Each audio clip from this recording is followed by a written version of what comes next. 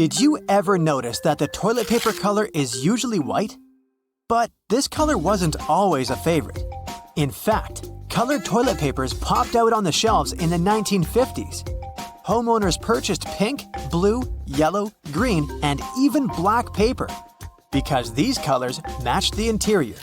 But eventually, many doctors began to associate the dye in colored toilet papers with increased health risks. Also, the dye didn't allow the colored paper to decompose as quickly when it was flushed down, which increased the risk of clogging septic tanks. This made manufacturing and retail prices too high compared to the basic white paper, and eventually, the demand began to fall. And now, let's take a closer look at these fancy patterns. Most people probably don't care about the decorations when it comes to their toilet paper. However, these patterns still exist. But why? Well, there are several opinions. Some say it's just a marketing tool.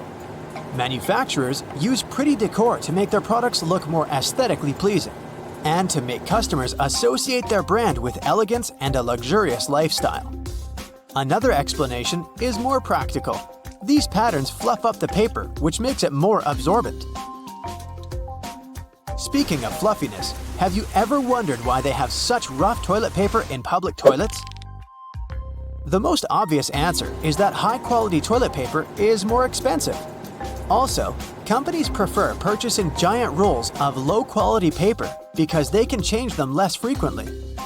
This decision also helps prevent stealing. Yes, people actually steal paper from public toilets. Have you ever noticed that light switches in public toilets are usually placed outside? Well, it's not a coincidence. Construction companies do it for safety reasons because, as we all know, electricity plus water is a dangerous combination. And light switches are connected to power. Therefore, electricity literally flows through them. Of course, professionally installed switches will have a bunch of additional safety precautions. But most builders prefer not to take risks. The UK has far stricter rules for light switch safety compared to the US. That's why if you live in London, you'll probably find light switches outside the bathroom more commonly. But don't worry, most bathrooms in the US feature independent electrical circuits. This provides additional safety in case of accidental electric shock. When any change in the electrical current happens, they should shut off automatically. There are so many awesome lighting opportunities in this world. But why are the traffic lights red, green, and yellow? Turns out there's a reasonable explanation for it. Before traffic lights for cars, there were traffic signals for trains. At first, railroad operators used white color to mean go, red to mean stop, and green to mean caution. But later, they realized that white wasn't such a good idea, because bright white light could easily be mistaken for stars during the nighttime. So railway companies changed the white color for green to mean go and yellow to mean caution, because these colors are easily distinguishable from the others. And eventually, this tradition spread to traffic lights for cars and became a standard. As for the red color, it has the longest wavelength, which means that drivers can see it from a greater distance than other colors. And the color yellow was chosen as a caution sign, because it has a slightly shorter wavelength than red, but still longer than green.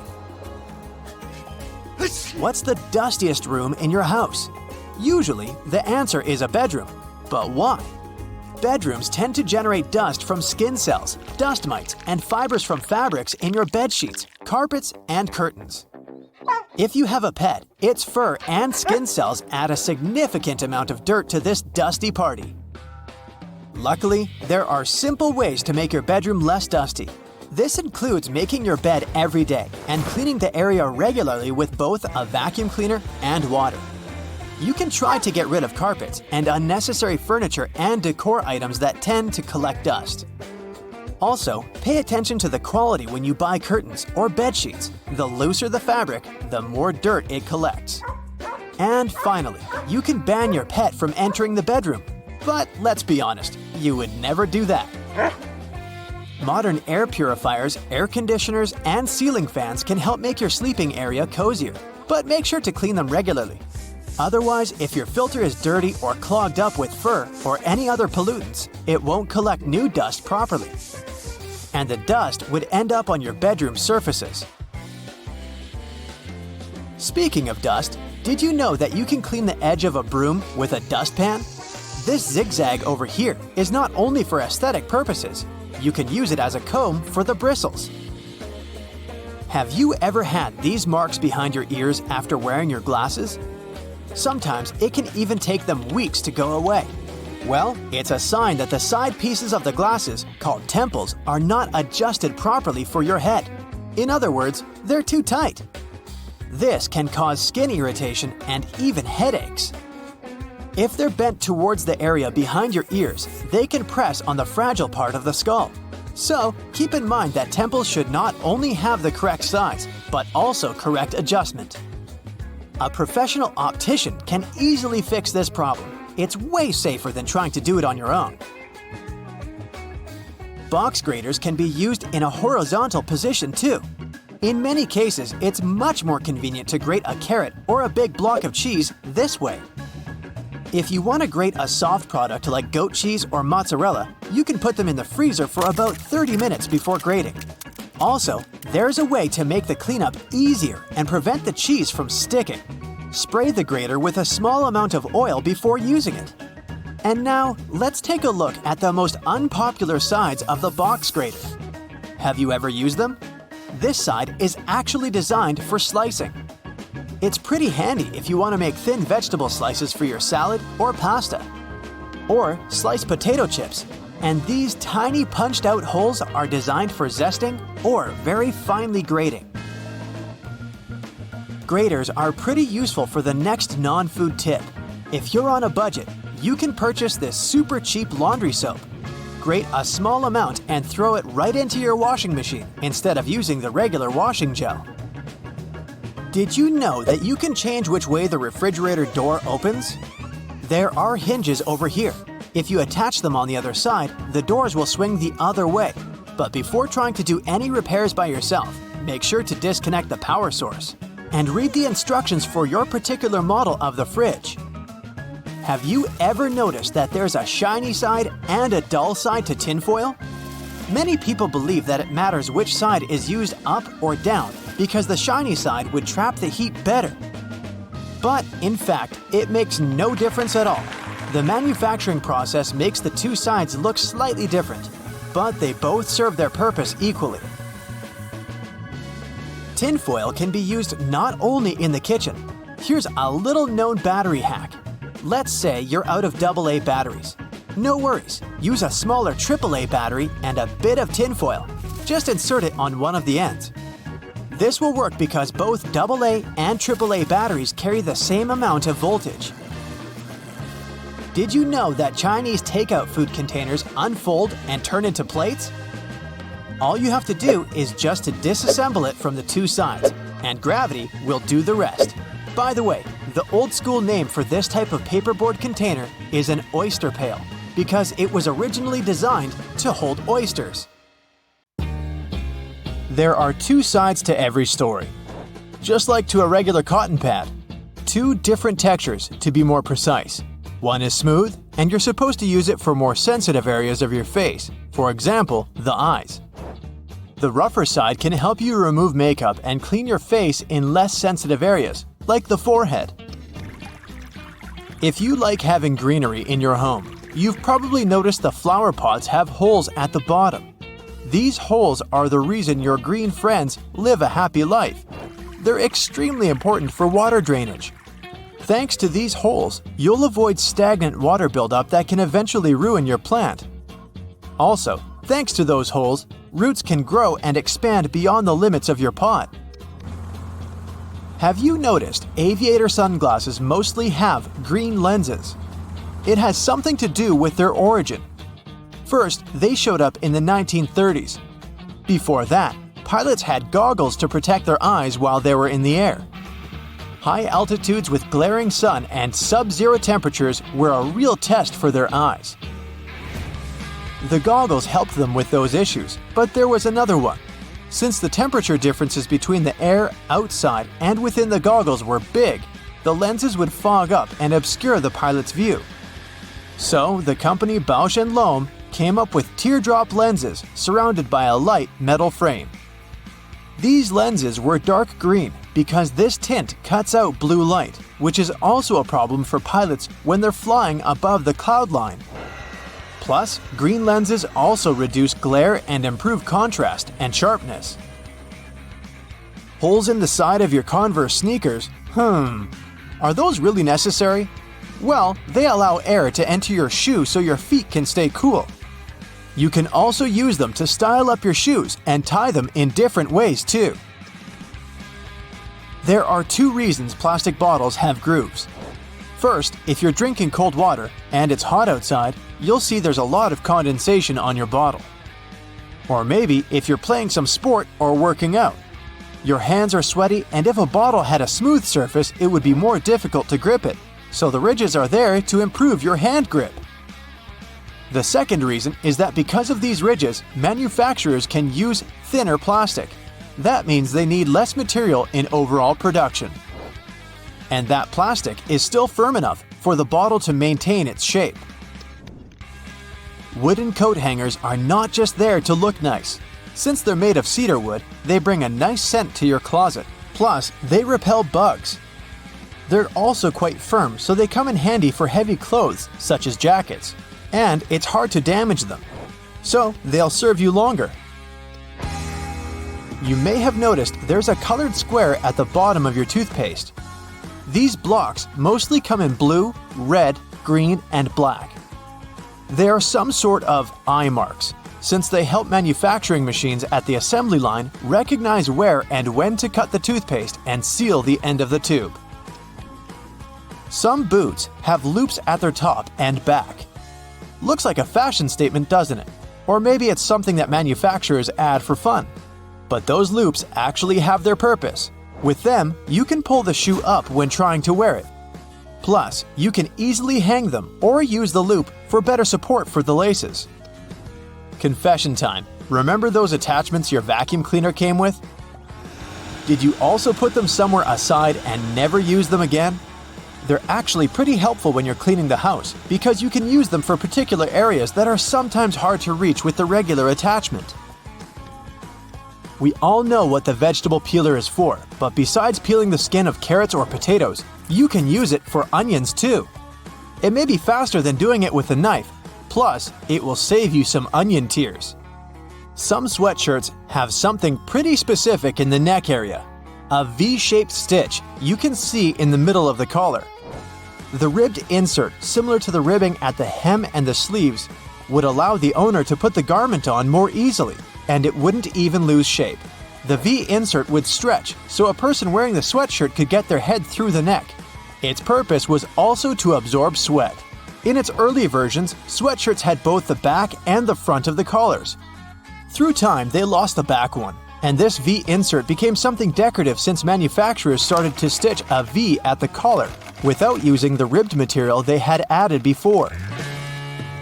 Brightly colored squares or circles you see on food packages aren't an indication of vitamins, minerals, or certain flavors that food contains. And nope, it's not some secret code consumers are supposed to crack. It's actually for printing engineers. They're called process control patches or printer's color blocks. During the process of printing the food packaging, manufacturers use those colored blocks to check if the printing ink is correct. They compare the color of blocks they print to make sure the brand they print for has a consistent and recognizable quality all over the world. The majority of printers only use 4 colors: yellow, magenta, cyan, and black. Some printers have additional colors, such as green, orange, and violet. That's why you sometimes see multiple circles on certain packages. They test each ink color. Margins in notebooks. They're not there as some sort of a guide for taking notes and writing. Someone came up with a potential solution that was supposed to protect the written work from, well, rats. They used to be pretty common residents in people's homes. They are known for their diet, including basically anything, like paper, for example. So, people started adding wide margins as an appetizer that was supposed to keep rats full. This way, they wouldn't want to get to the main dish, the written pages.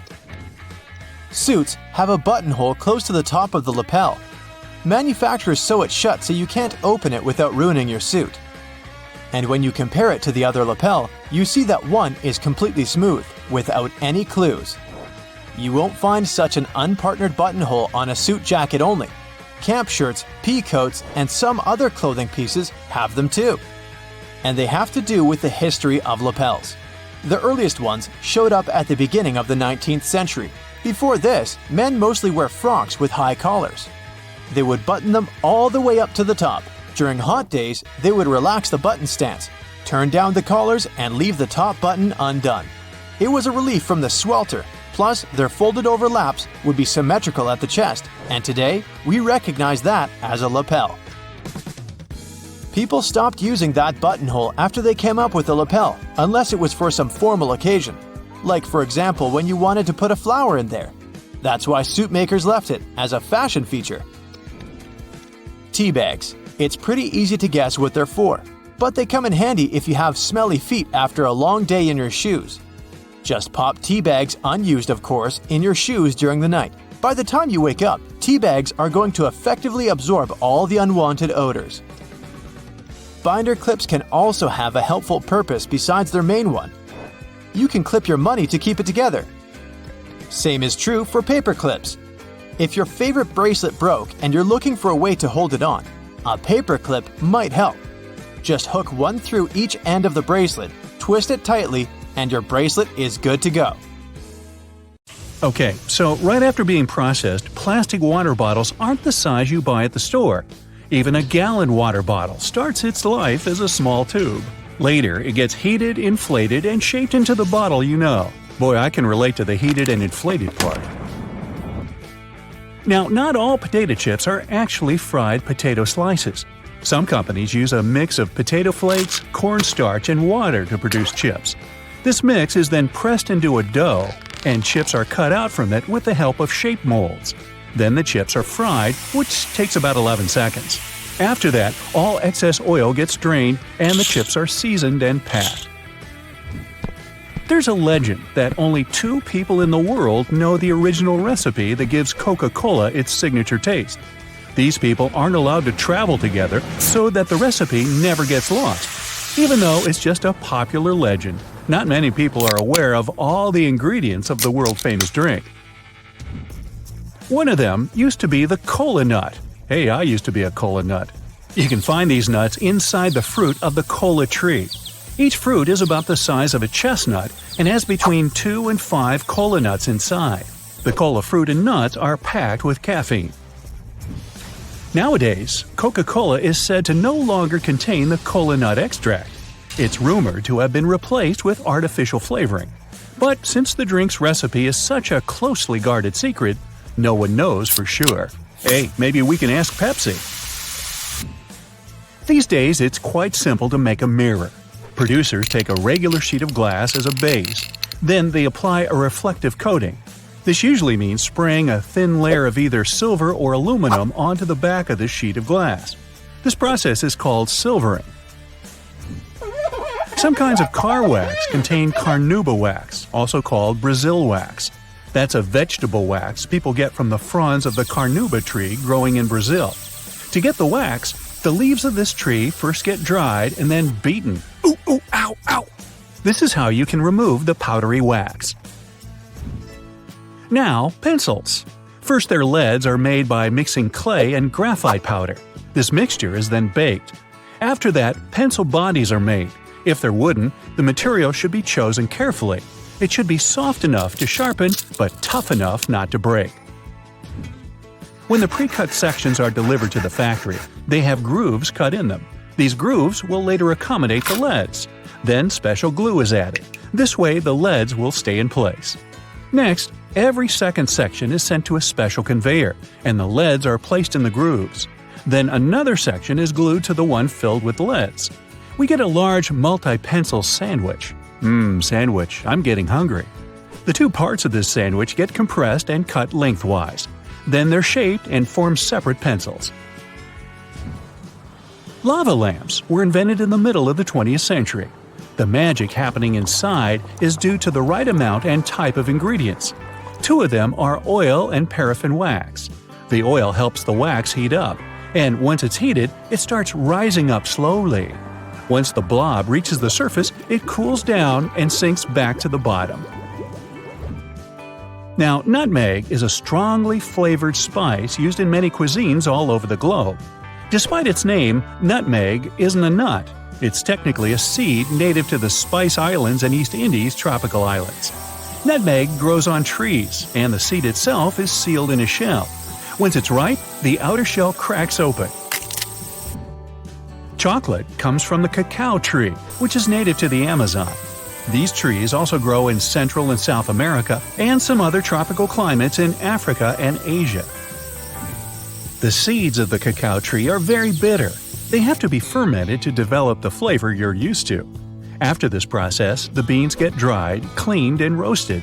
The shell is removed, and crumbled bits of dried cocoa beans are ground to cocoa mass. This mass is then used in the production of all kinds of chocolatey things. In the past, people used to chew different types of aromatic substances, including beeswax, tree resin, or even aromatic twigs. But modern-day chewing gum is made of a natural latex-like ingredient called chicle. It gets extracted from trees. Modern marbles are made from glass. The first step is to melt recycled glass and previously rejected marbles that turned out to be too small or too big. About 15 hours later, the molten glass is ready for processing. A special cutter bar moves through the stream of liquid glass every half a second. It separates small pieces of glass. They're future marbles called slugs. The faster the cutter bar moves, the smaller the marbles are. After that, the still hot slugs are sent through several constantly rotating metal rollers. They keep the slugs apart and also cool them. These ridged rollers also give the marbles their spherical shape. As for the marble's final coloring, it's determined already at the melting stage. That's when the air passes the coloring through the glass. You can find springs everywhere, from tools, electronics, and toys to pens and mattresses. They come in different forms, for example, torsion, wire, extension, or compression springs. When a spring is made, a steel cord is passed to a dereeler. How thick this cord is depends on what kind of spring we need. The dereeler unwinds the roll and sends the cord to a computer-controlled forming machine.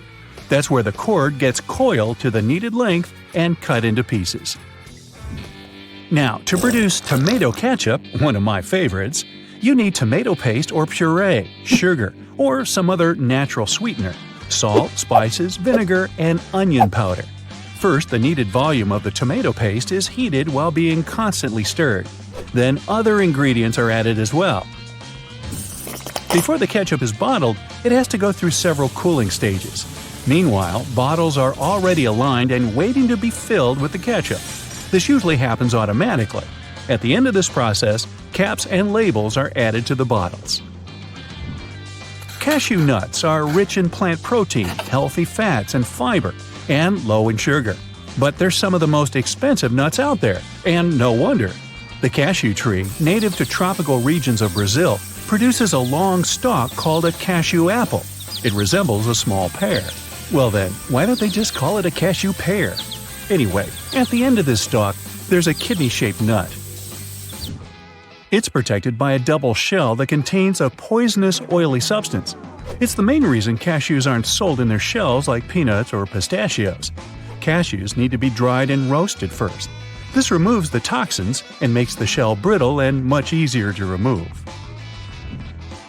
Nail polish, as we know it today, is a rather modern invention. It became popular at the beginning of the 20th century. Different companies use different kinds of chemicals and ingredients to produce nail polish. But one of these ingredients is always the same: nitrocellulose. This substance is actually liquid, but it gets mixed with plasticizers. They make nail polish more flexible and allow you to wear it longer.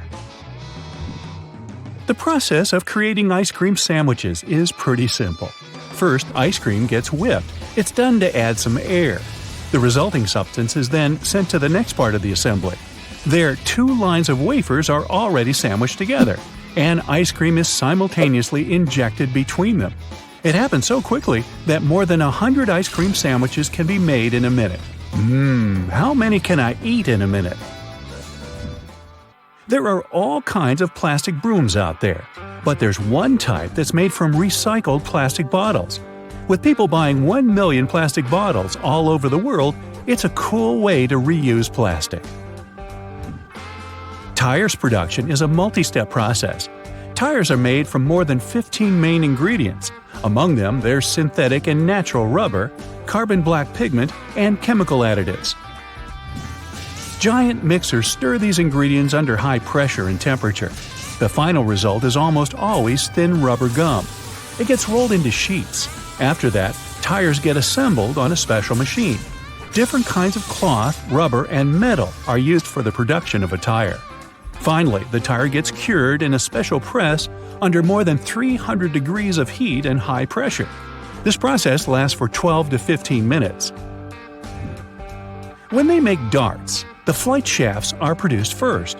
10-foot-long aluminum rods are put into a special machine. It has a few cutting tools that work from several angles at the same time. The rod turns into shafts. There are threads cut into each flight shaft so that it can be later attached to the dart barrel. That's the part you hold and fling. On the other end, a cross saw makes slots for the arrow flights. At the same time, brass rods turn into the barrels on another machine. Grooves are cut into the barrel surface. This makes them easier to hold. And finally, they produce a dart point. It's done with the help of a hydraulic press. It forces pointed steel into the hollow part of the barrel. And dart's all there is about how they make darts. If you've ever gotten bored while waiting in a car, like I have, you might have played around with a headrest. Yep, you can pull them off, and they'll come right off relatively easily. It seems useless at first, but that's something you'll want to do if you're ever trapped in a car and need to break a window to get out, like I do. Even a box of aluminum foil has its secret. On the side of the box, you can see a small tab you can push in. So simple, but that's what actually holds the roll of foil in place. This tab makes it way easier to unroll a sheet and tear it off without any frustration. Ever wondered why gripping a certain tool, handle, or even a pen kind of feels more secure when it's coated with a rubbery material? The keratin of the outer layer of the human skin is rough and stiff at a small scale. So let's say you have a polished metal or glass which is stiff but also a smooth and impenetrable surface. When you encounter that, the actual contact area is small, as is the friction at the beginning. Your sweat pores secrete moisture, which is why the keratin gets hydrated and becomes softer. Because of that, it requires many seconds for the contact area to increase to the same value it reaches almost right away with some soft materials like rubber. This mechanism might be used by our tactile senses when we want to identify materials. Now, the pom-poms on beanies and other hats have their purpose, and it's not just to look cute and fluffy. Well, at least they did have a purpose. One of the theories says French sailors used to wear hats with pom-poms so they wouldn't hurt their heads on the ship when the weather got rough. Yup, the ceilings of the ship were really low. When the waves were too big, bang, you could easily hit your head on the ceiling. So the pom-poms came in handy. Now they're just a cute addition to our winter caps. That mysterious drawer under the oven, the one where you keep all your kitchen gear you just don't know where else to put? Well, you used it well in that case, but the drawer was originally designed for keeping your meals warm, at least until you're ready to serve them. And that space under your lower cabinets that protrudes slightly and can't be lifted, this area is also called a toe kick. It's the reason why you can stand closer to the counter while cooking. Also, the doors of the cabinets are off the ground, so they'll swing over your toes. The cabinet under the sink isn't for storage either. Maybe that's where you keep your cleaning products, but its real purpose is to give you access if your sinks leak and you need to do some plumbing work. That weird little hole at the top of a lollipop stick you can see after finishing a candy is not a whistle. It has something to do with the manufacturing process. When pouring hot molten caramel into a mold, some of it will seep into this mysterious hole and harden. This way, the candy will stay on the stick and won't fall off. Keyboard letters aren't just randomly arranged the way they are. The first keyboard ever made belonged to the typewriter. Typists eventually got so good at their job, they started typing too quickly. So the key arms would get cross-wired at some point and stuck. That's why manufacturers had to make the order of keys more random to intentionally slow down typists so they could keep the machine running. Do you like to let those brushes on the side of the escalators in malls polish your shoes? Believe it or not, that's not their main gig. The bristles are there for safety. People used to get their bags and clothes stuck in those escalators when they would stand too close to the sides. These nylon bristles kind of play with people's minds, and they keep their feet away from the escalator skirt panels and avoid accidents. Most people assume bobby pins have curves for fashion, which is why they mostly place it in their hair with the wavy side up. But those little waves are actually there to catch the underlying bulk of hair and grip the pin into place. So the wavy side should go down. You've probably noticed measuring tapes mostly come with a metal stub that ends with a small slot. If your hands are full of stuff, simply hang the slot on a nail for measurement. If you take a closer look, you'll see the stub is a little bit serrated on one side. This means you can use it to mark the points, so you don't even need a pencil. If you spend a lot of time in planes, you've probably noticed that little hole located at the bottom of the window. Nothing to be nervous about. It's what keeps us safe while flying high. It's something called a bleed hole. You can see right there in the middle of the pane of the 3 window panes that actually protect passengers from the outside pressure. This hole may be tiny, but it takes all that pressure off the outer one. The hole also gradually exposes it to cabin pressure, which helps with fixing pressure imbalances on the windows, if there are any. There's a number 57 staring at you from the middle of the Heinz ketchup bottle forever. According to the company, only 11% of people are aware the number really has nothing to do with the product label. It's actually a sweet spot where you can tap to get the sauce onto the plate. So, next time you want some ketchup, there's no need to bang the bottom off. Just hit this spot. Grooves on the bottom of cups are there to make cleaning them in the dishwasher more convenient. When you place your cups upside down, these grooves will allow the water to flow rather than stagnate. This way, the water won't spill onto your feet when you take the cups out. The grooves are there to allow cool air to flow beneath the cup too. They also keep cups from cracking when they heat up after you pour hot beverages in. You probably noticed that little dot next to the camera on an iPhone and probably thought it was a flash. Nope, not a flash, but a microphone in charge of catching sounds when you're using the back camera. Next time you're looking for a quick bite and decide for fries at McDonald's, check that bendable flap near the top of the box. Some like to bend it towards the fries. That way you can cover your fries up and keep them warm. But if you're not that patient, you can flip the flap backward and basically turn it into a makeshift plate for your fries. Just bend it down firmly enough. You don't want it to spring back up and spread the sauce all over you. Take it from me, it's messy. In the 1970s, people didn't want toothpaste just to keep their mouths healthy, but also to freshen their breath. Aquafresh decided to answer that call, so they added a blue stripe to their product. Since consumers started paying more attention to their teeth and gums, the company added a third red stripe to their paste. The paste now has 3 functions: freshening, cleaning, and plaque control. And yes, solid white toothpaste can offer the same benefits, but brands continue to add stripes to their paste anyway. Speaking of toothpaste, do you know those colors on the bottom of tubes? The colors don't mean anything in particular. They're there to help in the manufacturing by telling light sensors where the end of the tube is. Thanks to it, the machine can cut and seal the tube properly. Hand sanitizers are commonplace nowadays, and you can apply them in many other ways besides just cleaning your hands. It also works great when you want to remove stains from your clothes. Sanitizer breaks up oily, greasy spillages and does a great job as a degreaser. You can even use it as a deodorant if you get caught out on a hot day. After a bad day at work, you decide to hide yourself from the rest of the world. You turn off your phone and your laptop and lock yourself inside the bathroom. You jump out of your meditation when you hear a beeping sound. It's your toothbrush saying, "Data transfer completed." Your robot vacuum knocks at the door. Looks like it must be after you. Robot vacuums make a map of your home to get around and plan cleaning better. They can share this map with other gadgets via Wi-Fi and store them in the cloud. When advertisers get access to those maps, they can get an idea of your home size, your income level, and lifestyle to send the right ads your way. Vacuums don't have microphones, but their navigation systems can be repurposed to listen to your conversations.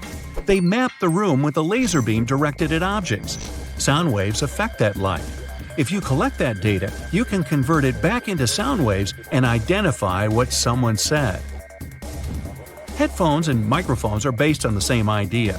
Headphones turn electrical signals into sound, and microphones turn sound into electrical signals. If you plug your headphones into the microphone jack, they'll work as a microphone. Bad guys learn to do it remotely without your consent. There's malware that retasks your computer output channel into input channel.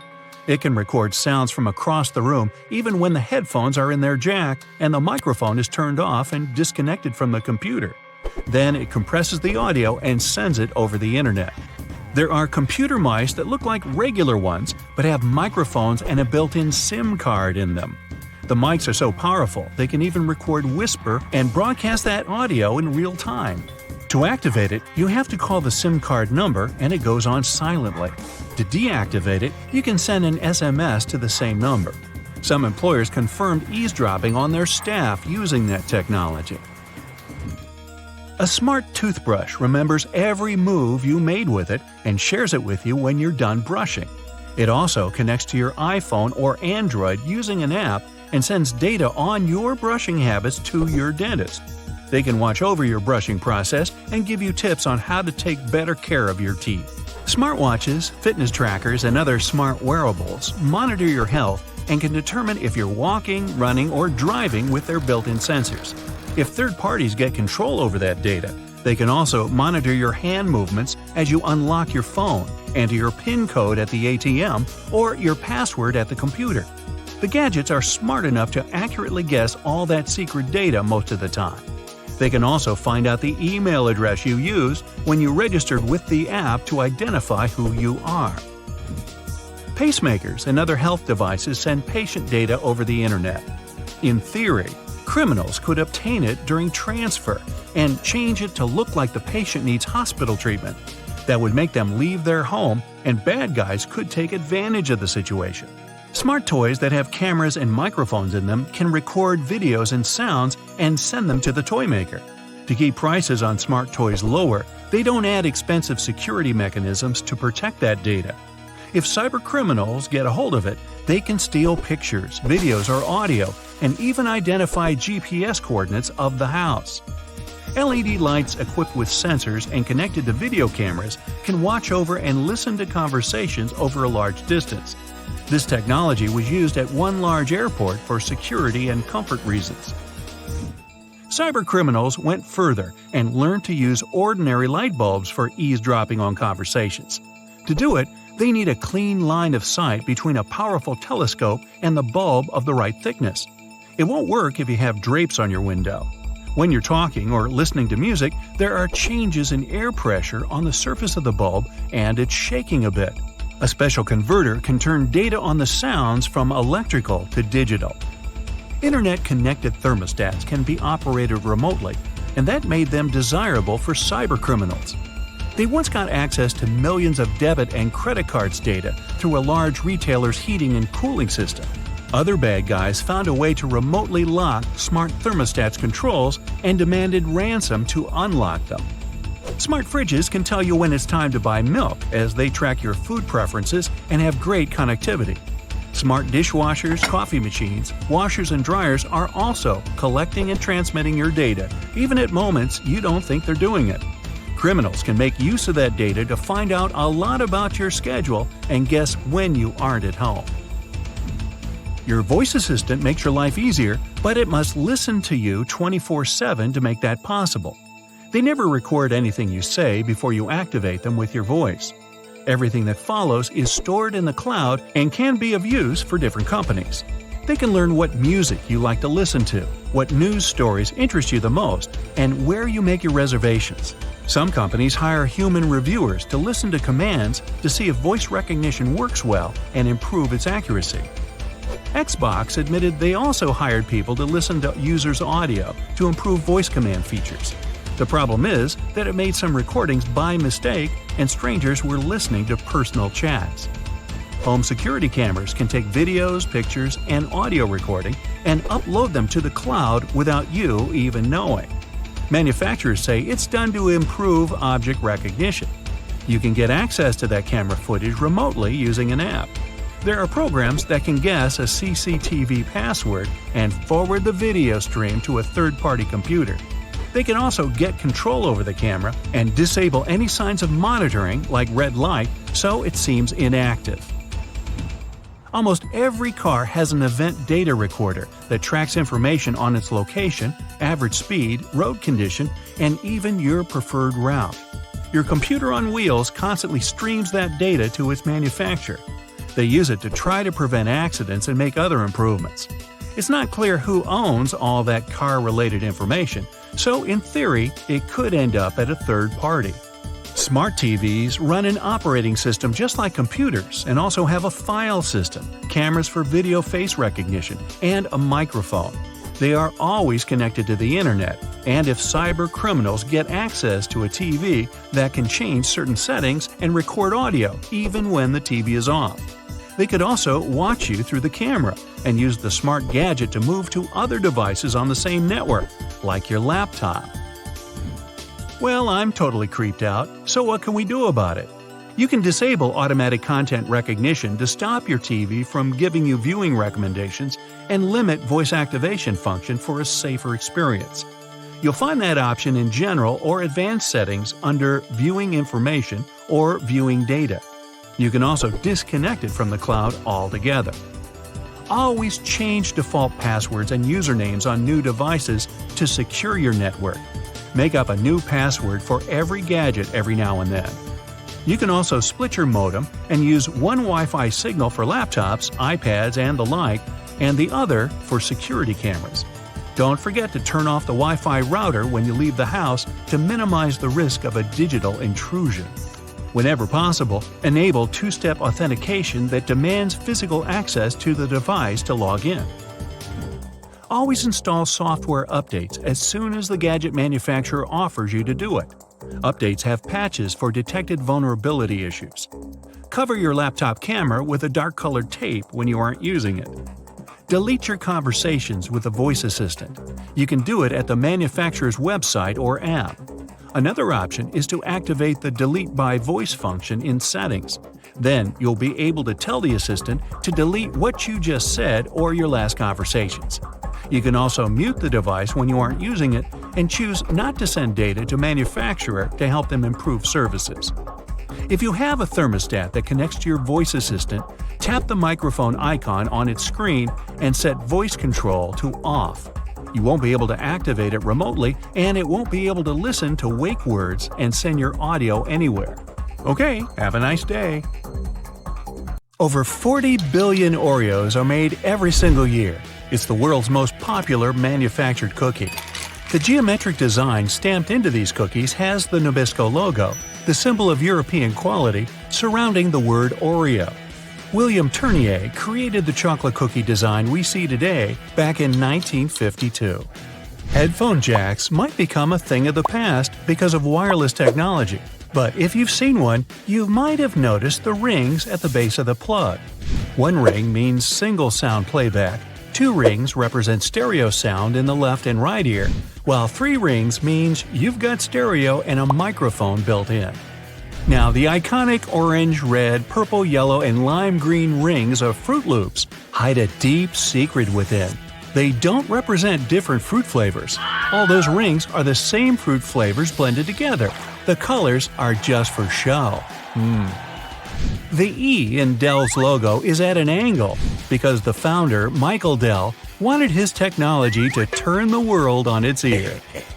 A compass uses magnets to point to the magnetic North Pole, but it's not really north at all. The North Pole of a compass magnet points toward the north because the north and south attract. Earth's south magnetic pole is near the geographic north, while the North Pole is near Earth's geographic south. Confusing, isn't it? Those little red spots you sometimes see after you crack an egg are nothing to be worried about. Tiny blood spots can be caused by a small rupture in the blood vessel of the hen as it was laying the egg. Eggs with these blood spots are safe to eat, but that spot can be removed if you want. It won't affect the taste of the egg. That's comforting. Ketchup is a word taken from many cultures, like Chinese, Malay, and Indonesian. It originally meant a pickled fish sauce. Catsup is also an acceptable spelling used. However, ketchup is the most popular way it's spelled these days. Airbnb's logo isn't a bent paperclip, as it may seem to be. Bello, as it's called, for belonging, means more than that. There's a person's head, the location symbol, and a heart for love. All joined together, they make Airbnb's iconic A and symbol of togetherness. E120 or Natural Red 4 food coloring, aka carmine, is made from tiny beetles. It's been used to color anything from cakes to candy to even drinks. That shine on candy also comes from bugs. This time it's the Indian female lac bug. The beetle leaves behind a substance that is scraped from the trees to be formed into dry shellac that gives that glossy look. The Mozilla Firefox logo isn't a fox at all surrounding the planet. It's a red panda instead. The name Firefox is the English translation of its Chinese name. Those maintenance covers in the street are around for safety reasons. In past civilizations, like ancient Rome, manholes, that's what they were called back then, were square-shaped slabs of stone. Unfortunately, these were prone to accidents. If they weren't placed properly, a square cover could slip through the square hole diagonally. Ow! Placing a round cover eliminated this problem. A circle cover won't slip inside because there are no angles. A tomato isn't technically a vegetable, but a fruit. Banana trees aren't related to palm trees or trees at all. They're herbs. Banana is considered an herb because it never builds a woody trunk the way a tree does. Instead, it forms a succulent stalk, like lemongrass or its cousin ginger. You can call them berries as well. The Golden Gate Bridge color wasn't meant to be the orangey red that it is today. The bridge's original color was suggested to be many other colors, such as black with yellow stripes or even candy cane, to make it visible for passing ships and aircraft, especially in the frequent San Francisco fog. But when the steel arrived covered in an orange primer to protect it from rust, the architect preferred the international orange color, and it stuck. Those legs on the back of keyboards aren't an ergonomic design to help your wrists sit better. Using the legs out for too long can tire and hurt your wrists, plus slowing your typing down. The hinge legs are just there to help you see the letters and numbers better if you don't know how to touch type. The color of a chili pepper reveals nothing about its taste or heat. The smaller a chili is, the hotter it'll usually be. The heat doesn't come from the seeds, as believed, but the white membranes that hold them. Hidden within the Toblerone logo of the mountain is the image of a bear standing on its hind legs, about to eat that yodeler over there. No, not really. This is because bears are a big part of Bern, one of the biggest cities in Switzerland, where the founder created the triangle chocolate treat. Toblerone is also a play on the founder's family name, Tobler, and the Italian word Torrone for honey and almond nougat. The space below a cup of noodles is there to protect the noodles during transport. This technique is called a middle suspension. Not only are they protected better in their styrofoam cup, but it also helps those noodles soften more evenly and quickly. Now, even though you might have thought that the hole in the barrel of a ballpoint pen had no purpose, it does. It's called a venting system, which helps the ink flow more smoothly. This way, an even amount of air pressure is created inside and outside the pen, allowing the ink to flow into the point easily. One of the most recognized logos in the cycling world has a hidden item in its famous logo. Inside the Tour de France name, a cyclist hides in the O, U, and R. Those metal brackets on the top of the nozzles in gas stations have a unique design put into place in case of accidents. If a dodo accidentally forgets the nozzle is still inside the gas tank and starts driving away, the magnetic brackets separate without damaging any part of the gas pump. Wendy's logo is designed off of the daughter of creator Dave Thomas. It's also named after her nickname, but there is more to the logo than that. Wendy's collar spells out the word mom. While unintentional, it became something to mean a homey feel more than any other restaurant out there. Finding the right lane to be in while driving for your exit can sometimes be confusing, especially in a foreign country. Pay attention to the side of the road that exit signs are located. It'll be the lane you need to be in. Some toothpaste has a little seal on them that needs to be removed before you can use them. Instead of peeling back the foil layer, the toothpaste lid has a little spike on the top just for this reason. Tostitos have a secret symbol hidden right in the middle of their name. The two T's in the middle of the logo resemble two people enjoying Tostitos over a bowl of salsa. The salsa bowl is in red and forms the dot in the eye. One of the most recognizable figures in the world, the Statue of Liberty, for 16 years functioned as a fully operational lighthouse. However, the light was barely visible even from Manhattan. In 1901, it was eventually decommissioned as a lighthouse. Tourists could even visit the torch for a stunning view of the city.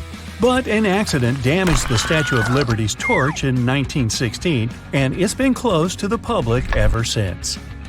The Do Not Remove Under Penalty of Law tag on mattresses isn't put there for the consumer or void your warranty either if you do remove them. In the 1900s, manufacturers used to create the filling with basically anything: animal hair, old hospital beds, or clothing. It didn't matter at the time. Strict laws created the tags to stop recycled materials from being used and sold as new. Good thing. Toyota's symbol is more than just some random rings combined. The three overlapping ovals symbolize the merge of the hearts of consumers and Toyota together. A California sushi roll is made of seaweed, rice, cucumber, avocado, and crab meat. But it's not crab meat at all. Surimi is an imitation crab meat. It's made of white fish blended with sugar instead of crustaceans. The fish mixture is then heated and pressed into shape. The logo for Beats is just a lowercase b inside of a red circle. The circle represents a human head, with the b being the headphones in their shape. All those little black dots around the edges of car windows are called frits. A frit is a painted black enamel that's put into windshields during manufacturing. They block ultraviolet rays and help distribute temperatures between the metal and glass. There are 24 symbols hidden inside the Unilever logo. Let's count, shall we? The sun, dove, plant, spark, chili pepper, spoon, bowl, flower, ice cream, hand, hair, lips, swirl, fish, clothes, bee, particles, packaging, transformation, waves, DNA, palm trees, heart, and virtuous cycle, whatever that is. These represent everything that the company believes in and produces. DNA? Bobby pins are designed so that the zigzag part goes onto your scalp, not the flat part. It gives a greater grip on the hair and skin, making the pin stay in longer. The story that the pins were named after those fashionable London constables called bobbies is not true. I made it up. Go check your box of aluminum foil. Does it have push-in tabs on the sides? They're there to keep the roll in place as you pull some foil out. Now flip a stapler upside down. See the metal plate on the bottom? You can turn it to get temporary staples, ones whose pins are bent outward and are easier to take out. Speaking of flipping stuff, do it with a salt jar. Nah, you should have closed the lid first. Now you've got salt all over the place. Okay, now you've done it. Look at the bottom of the jar. See the ribs on it? If you take another jar, say with pepper in it, and rub the bottoms of the two jars against each other, the salt will pour out evenly without you having to shake it vigorously. Same works with pepper too. It wasn't their original purpose, but you can use soda can tabs to hang hangers on other hangers. By the way, the hole in the tab is there to put straws through and keep them in place. Post-it notes are supposed to be peeled off from the side like you're turning the page in a book. Most of us tear them from the bottom, and that just creates a crease and makes the whole note less sticky. The hole in your spaghetti spoon helps you measure the perfect portion.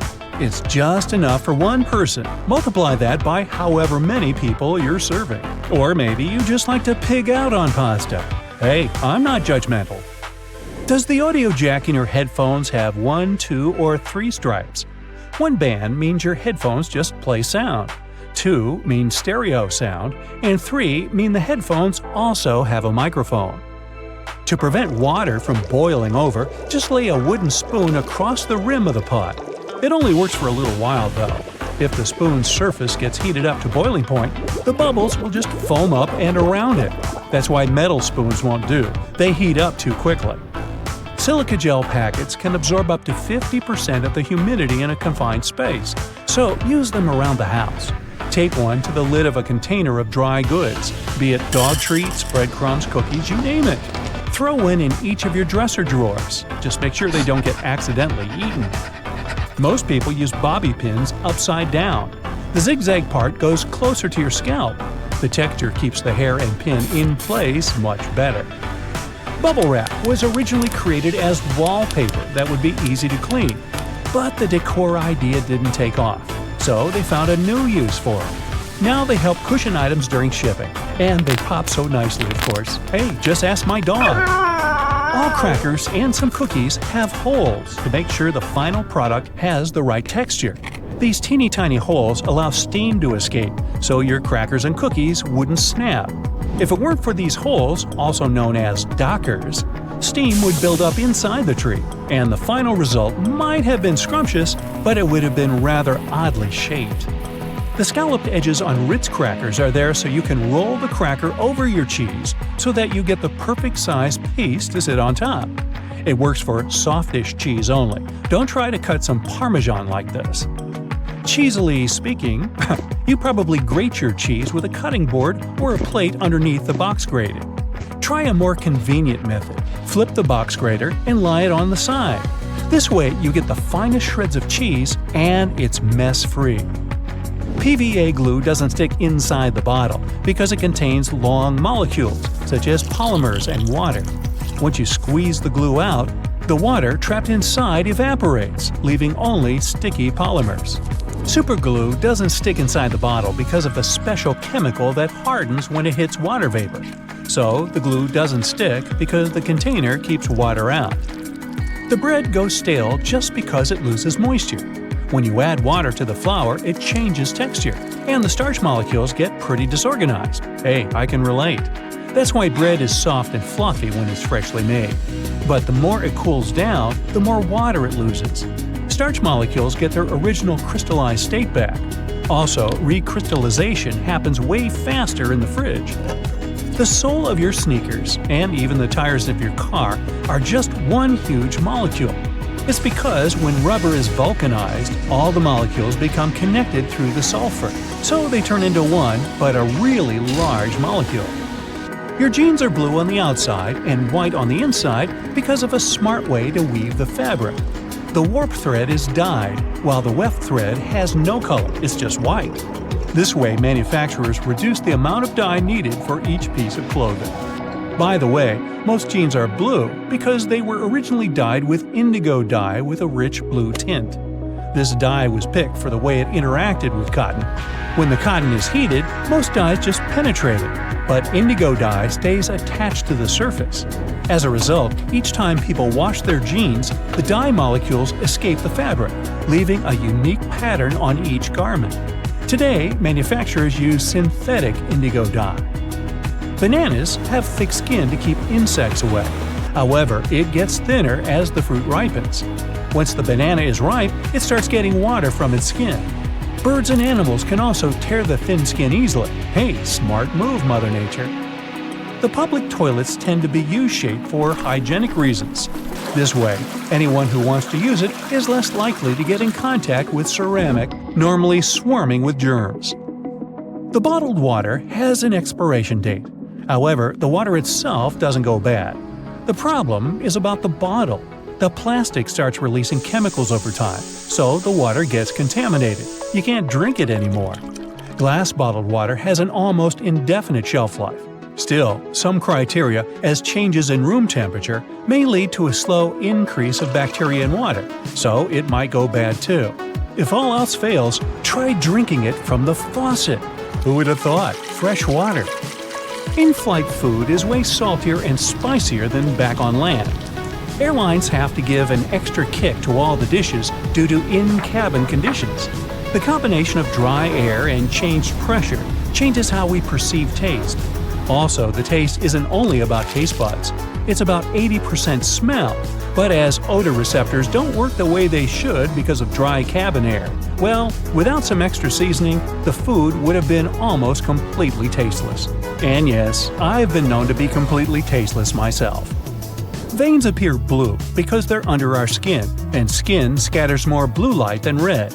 Also, the skin around the veins looks even redder than the veins, enhancing the contrast, and the veins appear even bluer. However, it's just an illusion. Our blood is always red. Trust me. Supermarket tomatoes look tremendous, but taste bland because, for the past 70 years, farmers have opted for fruits that ripen more evenly and look better and more pleasing to customers. Wild tomatoes are dark green and don't ripen evenly. Still, the tomatoes the farmers grow have a teeny tiny mutation in one gene. That's why they're evenly colored but can't produce chloroplast properly. It changes the whole photosynthesis process, leaving the evenly colored tomatoes with less sugar in their tissues. As a result, these tomatoes tend to taste like cardboard. The moral to the story appears to be, go get some ugly tomatoes, or tomatoes. The space below a cup of noodles is there to protect the noodles during transport. This technique is called a middle suspension. This way, they're protected better in their styrofoam cup, and it also helps those noodles soften more evenly and quickly. Now, chewing gum wasn't invented for keeping your breath fresh. It was supposed to be a replacement for rubber. But the rubber experiment failed, giving opportunity to a modern version of chewing gum. Sandwiches have all their filling in between two slices of bread to keep the hands clean. Well, at least it was so when the first sandwich was invented. Some centuries ago, I wasn't around then, the 4th Earl of Sandwich, John Montagu, asked his chef to cook him something yummy he could eat without interrupting his long binge. The chef, I think he was named Pastrami or something, wrapped meat and all the other ingredients in the bread to make the dish grease-proof. And finally, all the ingredients in margherita pizza stand for one of the colors in the Italian flag. Basil represents the green stripe, mozzarella represents the white one, and tomatoes, or tomatoes, represent the red stripe. And if you want it tastier, use ugly tomatoes. Now here's a trick. Instead of putting the box grater vertically on top of a plate, put it horizontally, with no plate underneath, of course. This way you won't risk scraping your knuckles because only your fingertips will eventually touch the grater when you reach the end of the process. Also, it gives the grater more stability, when otherwise you'd have to balance the grater or even hold it in the air with the other hand. When you're done, or when there's just too much grated stuff on the bottom wall of the grater, simply turn it on its side to pour the contents into the bowl or plate. Flowers in a vase would stay fresher for longer if not for the bacteria that breed in the water. Since copper has some antibacterial properties, dropping a penny into the water will help keep the microbes at bay and let you enjoy your flowers for that little bit longer. An easy way to check if your bed linen has dried completely is to put a small mirror in between the layers for about 5 minutes. If the mirror has steamed up when you pick it up, it means the sheets are still a bit damp. Let them dry until the mirror stops getting cloudy. A damp bed is a lovely breeding ground for fungi and bacteria. Okay, I'm in. If you have a not very healthy habit of eating in front of your computer, you'll be surprised at how much crumbs and grime there is inside your keyboard. Now, you can just turn it over and shake it vigorously, of course, but that's not very good for any piece of tech, you know. So instead, take a Post-it note and run its sticky part over the keyboard. It will collect the little pieces of trash like magic. Even a better way to do it, though, is to take a slime and stick it to the keyboard, then take it away, squeeze it, and stick again in another part. The slime will fill the entire space between the keys, and its sticky properties will let it gather every little bit of garbage. Separating egg yolks from whites is easier using a plastic bottle. Break the necessary number of eggs into a bowl and then take an empty plastic bottle and squeeze it. Hold the bottle over the yolk and release. It'll pull in air and the yolk together, leaving the white in the bowl. Repeat with the rest of the yolks and you're done. And that's no yolk. If you're tired of spitting out the stones when eating cherries or want to make a cherry pie, push the stones out with a straw. Also, many garlic presses have a special tool on their handle that can be used exactly for that. Cleaning a blender can be a nuisance if you do it manually. Instead, fill it with hot water and add some liquid soap or detergent, then run it for about 10 seconds. Rinse it afterwards, and it's clean. Plaster walls can crumble, flake, and spread dust all over the floor when you hammer nails into it. Cut a strip of masking tape and stick it to the place you want to hammer a nail in. The tape won't let the plaster crack and crumble, leaving the hole neat and clean. Small scratches and dents on wooden furniture can be removed with some toothpaste or a walnut. For toothpaste, rub a pea-sized amount of it into the scratch until it's gone, then wipe the leftovers with a damp cloth. For a walnut, take a half of that brain-shaped nut and rub it into the dent. Then rub the area with your fingers and buff it with a soft cloth. This will help the wood absorb the oil from the nut, making the scratch sealed and gone. The sticky residue on jars left after you remove the stickers won't be easily removed by water and detergent. So, take some vegetable oil instead. Soak a cotton pad in it and wipe the sticky surface. Let it sit for a while and then wash the oil away together with the residue. If you can't comfortably reach the wick of a candle with a lighter, take a stick of spaghetti. Light up its end and you'll get a burning stick that's easy to use for hard-to-reach places. Now, next time your razor blade's getting dull, try rubbing it backwards on a pair of jeans for regular upkeep. Not while you're wearing them, of course. Make sure you keep the blades dry, too, or even kept in mineral oil. That'll stop them from rusting. Keep all those jelly, ketchup, peanut butter, and mayo fresher for longer in your fridge by turning the contents upside down. This creates a partial vacuum inside the container, helping prevent mold growth. Storing ice cream upside down will prevent freezer burn, too. To bring your permanent marker back to life, simply put a few drops of rubbing alcohol into the felt material inside and shake. Once the felt absorbs the rubbing alcohol for a couple of minutes, the marker will be almost as good as new. Now, don't keep throwing away lettuce that goes black too quickly. Covering it with a dry paper towel and then placing it in an airtight container will help it keep fresher for much longer. This goes for any leafy greens you've got leftovers of. That sharpish bit sticking out of the cap of your favorite cream is there for a reason. These tubes are usually sealed with foil, so unless you love breaking your nails trying to open them, just flip the cap over and push. Your bobby pins might not stay in place if the grooves aren't facing the right way. They should always be on the bottom, close to your head. Still coming loose? Well, put a squeeze of hairspray right onto the bobby pin before you put it in your hair.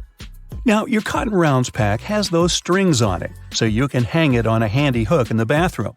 But there's no need to loosen and tighten it back up every time. Check out the bottom of the pack. It has a perforated line. Tear it open carefully, and you're good to go. 2 zips too much? Maybe, but they come in handy as a clever anti-theft device. Just lock them together. Now no one can open your backpack. Don't have a lock on you? You can also tie them together with some string, or even just a paper clip. Anything to slow those pickpockets down.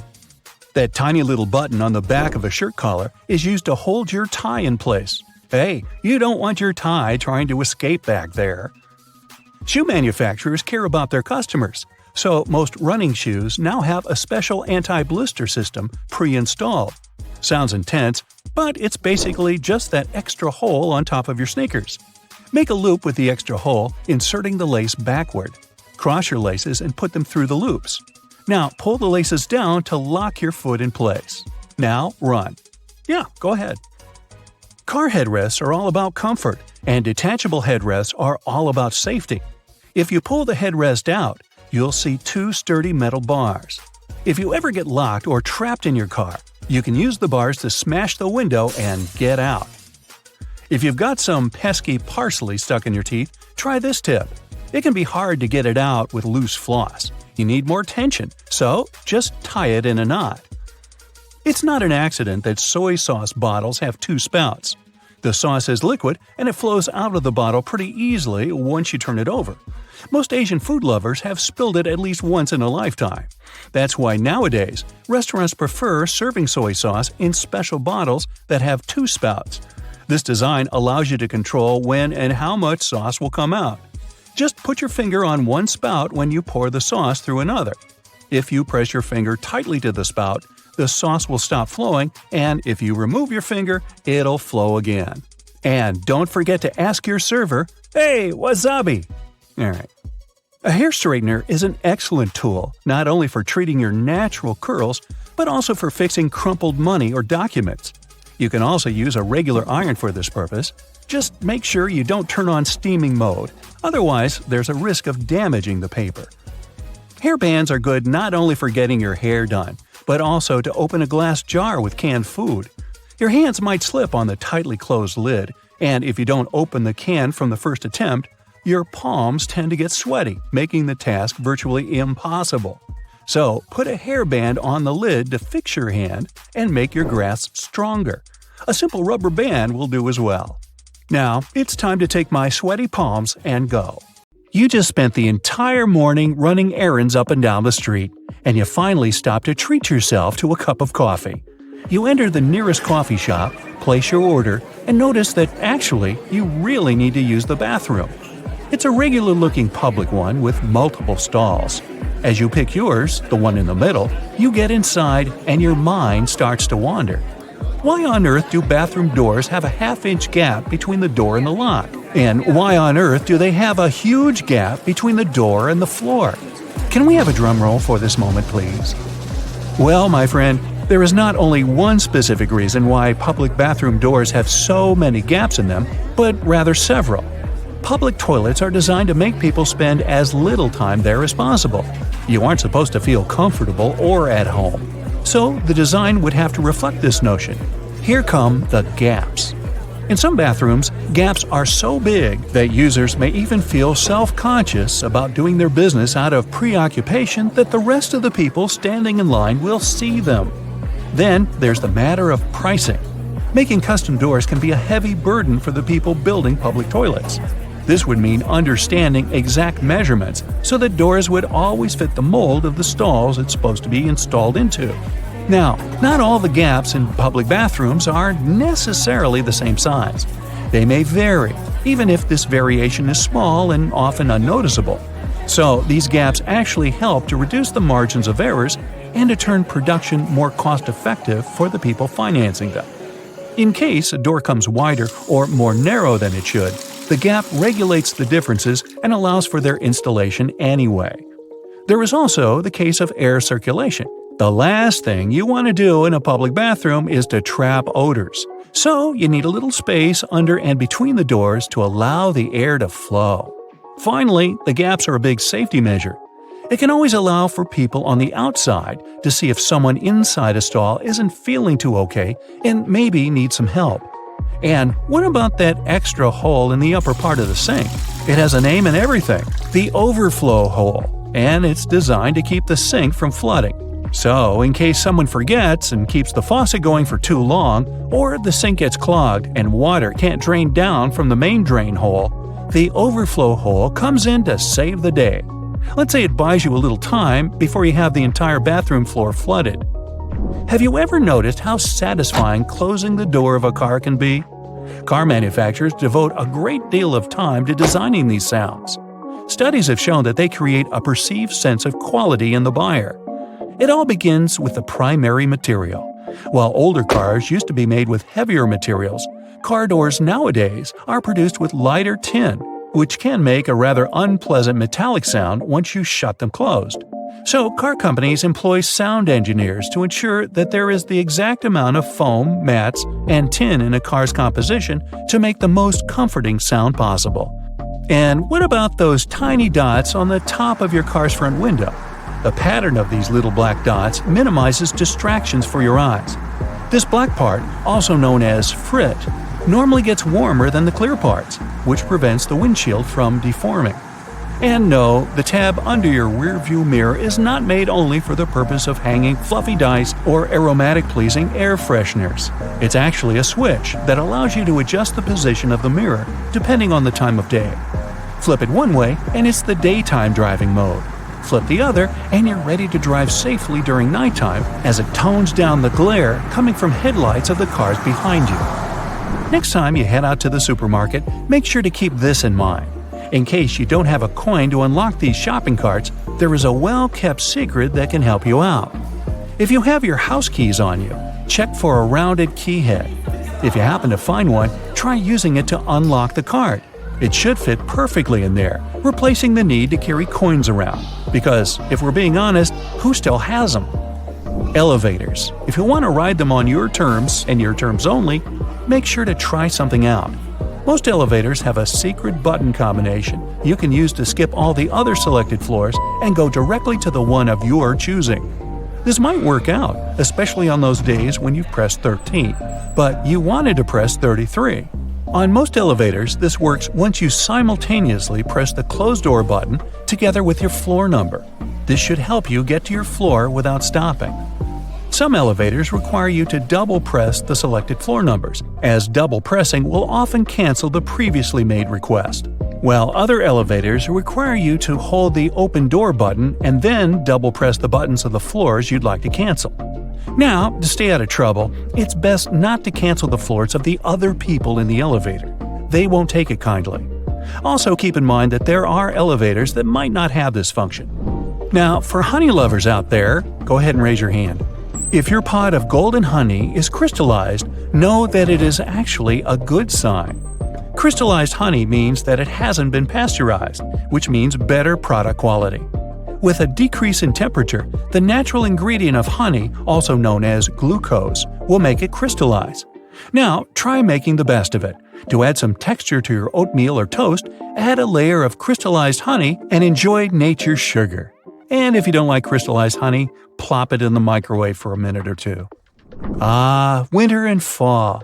You know what this means, right? Sweater weather. But there's nothing more annoying than wearing your beautiful wool sweater and itching yourself all the way through it.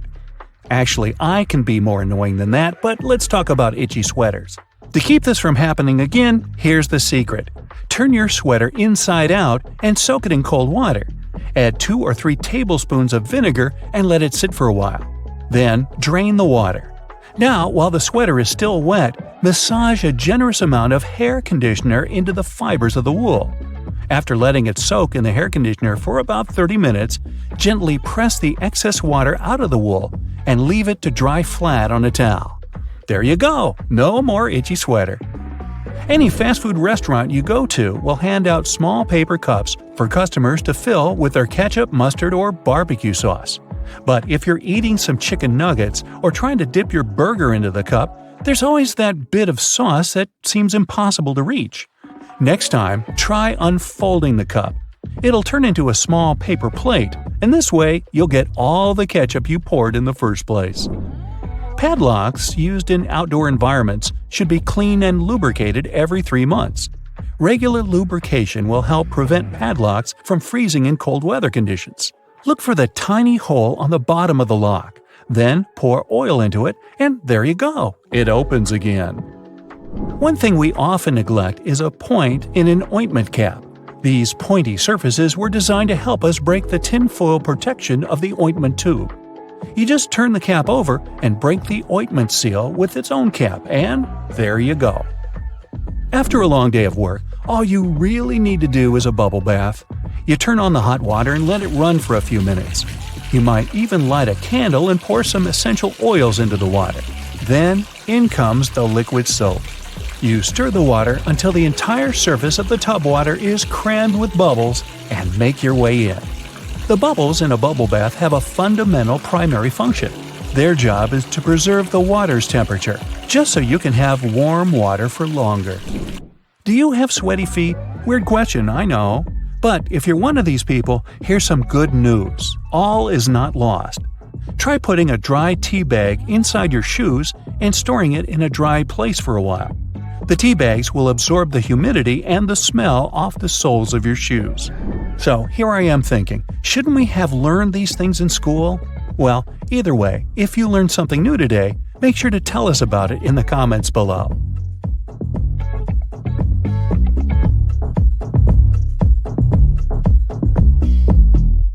Various types of cheese have holes for a reason.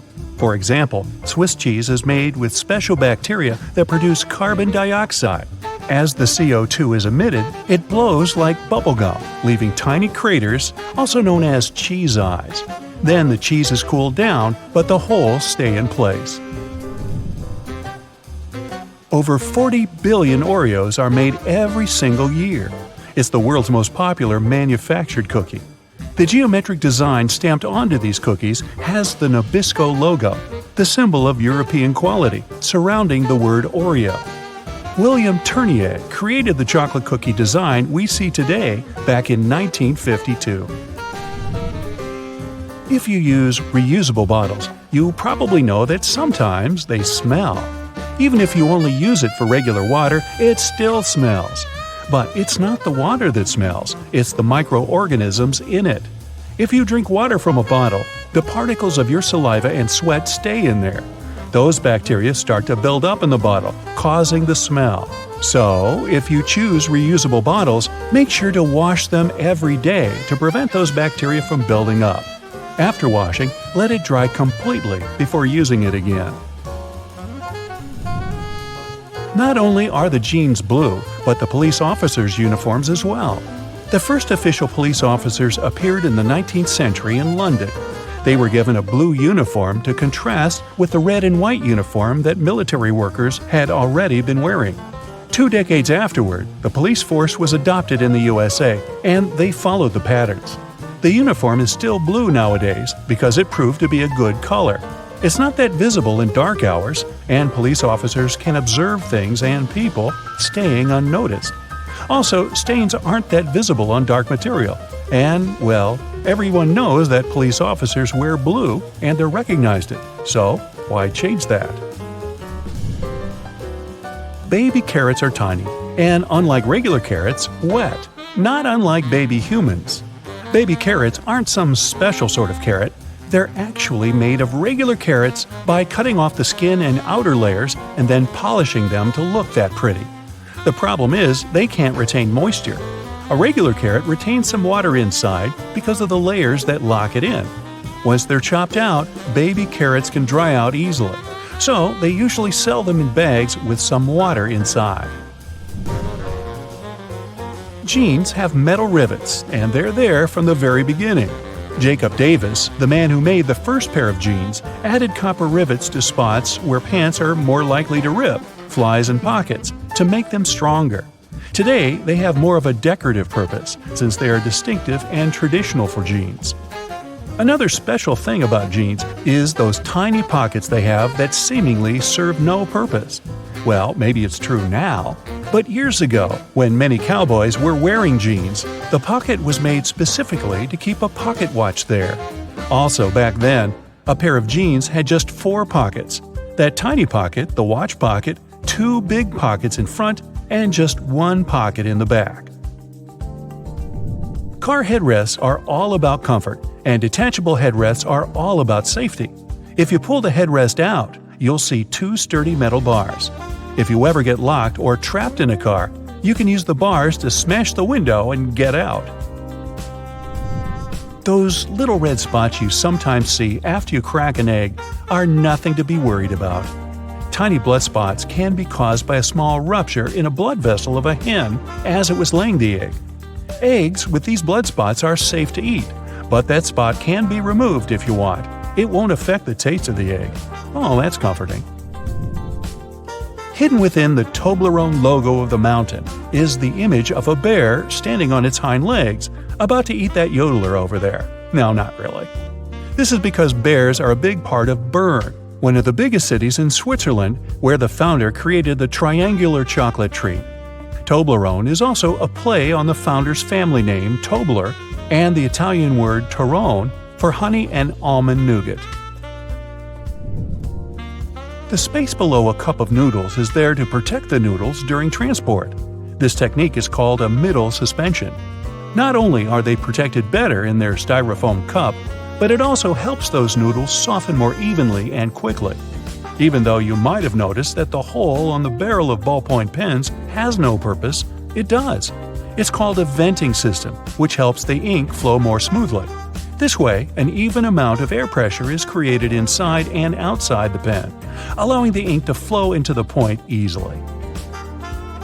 It's not an accident that soy sauce bottles have two spouts.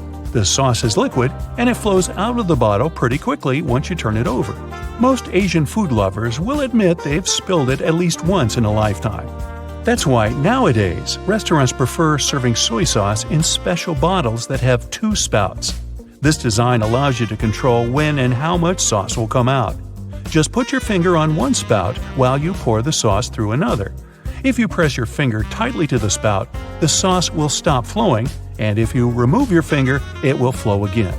And please do not remove your finger in a restaurant. It will freak everybody out. You've probably noticed that train and bus seats are covered in fabrics with weird patterns. Any idea why? They use these patterns to cover any germs and stains on the seat. Oh boy. The brighter the color and the more patterned it is, the harder it will be for a passenger to notice any stains and get grossed out. Also, the patterns are usually so ugly that no one even wants to look at them for long enough to spot any stains. So yeah, the pattern is there to make you look away, and if you look, to make it less noticeable. No bus will ever have plain white seats, that's a guarantee. The middle tab on soda cans can be flipped around. You can slip a straw in place so you don't have to hold it up your mouth. This Stay On tab replaced the pull ring tab created in the early 60s. You remember those, don't you? Those could be quite sharp and easily discarded where they could be a menace for others. Now you can pop your straw straight into one. Also means you can produce some bubbles and make a mess like a 3-year-old. Sometimes, when you purchase an article of clothing, you receive a plastic baggie with an extra button and a swatch of fabric. While the fabric is clearly used to patch holes, it can also be used to test the effects of various cleaners on certain surfaces. It's handy, too, to test wash cycles before using them to wash the whole garment. Escalators have those fluffy black brushes for a similar reason that some have yellow lines on their steps, to try and deter people from getting too close to dangerous places. People don't always take notice, and sometimes clothing can drape close to the point where the step meets the edge or skirt. The brush is a little barrier to help prevent this from happening. They can also catch bits of fluff and prevent other small things from falling down into the gaps. Those takeaway containers most associated with Chinese restaurants are designed to not only carry your food home, but to store it in the fridge. They double as a plate, as you can eat straight out of them and don't have to worry about dirty dishes. Yay!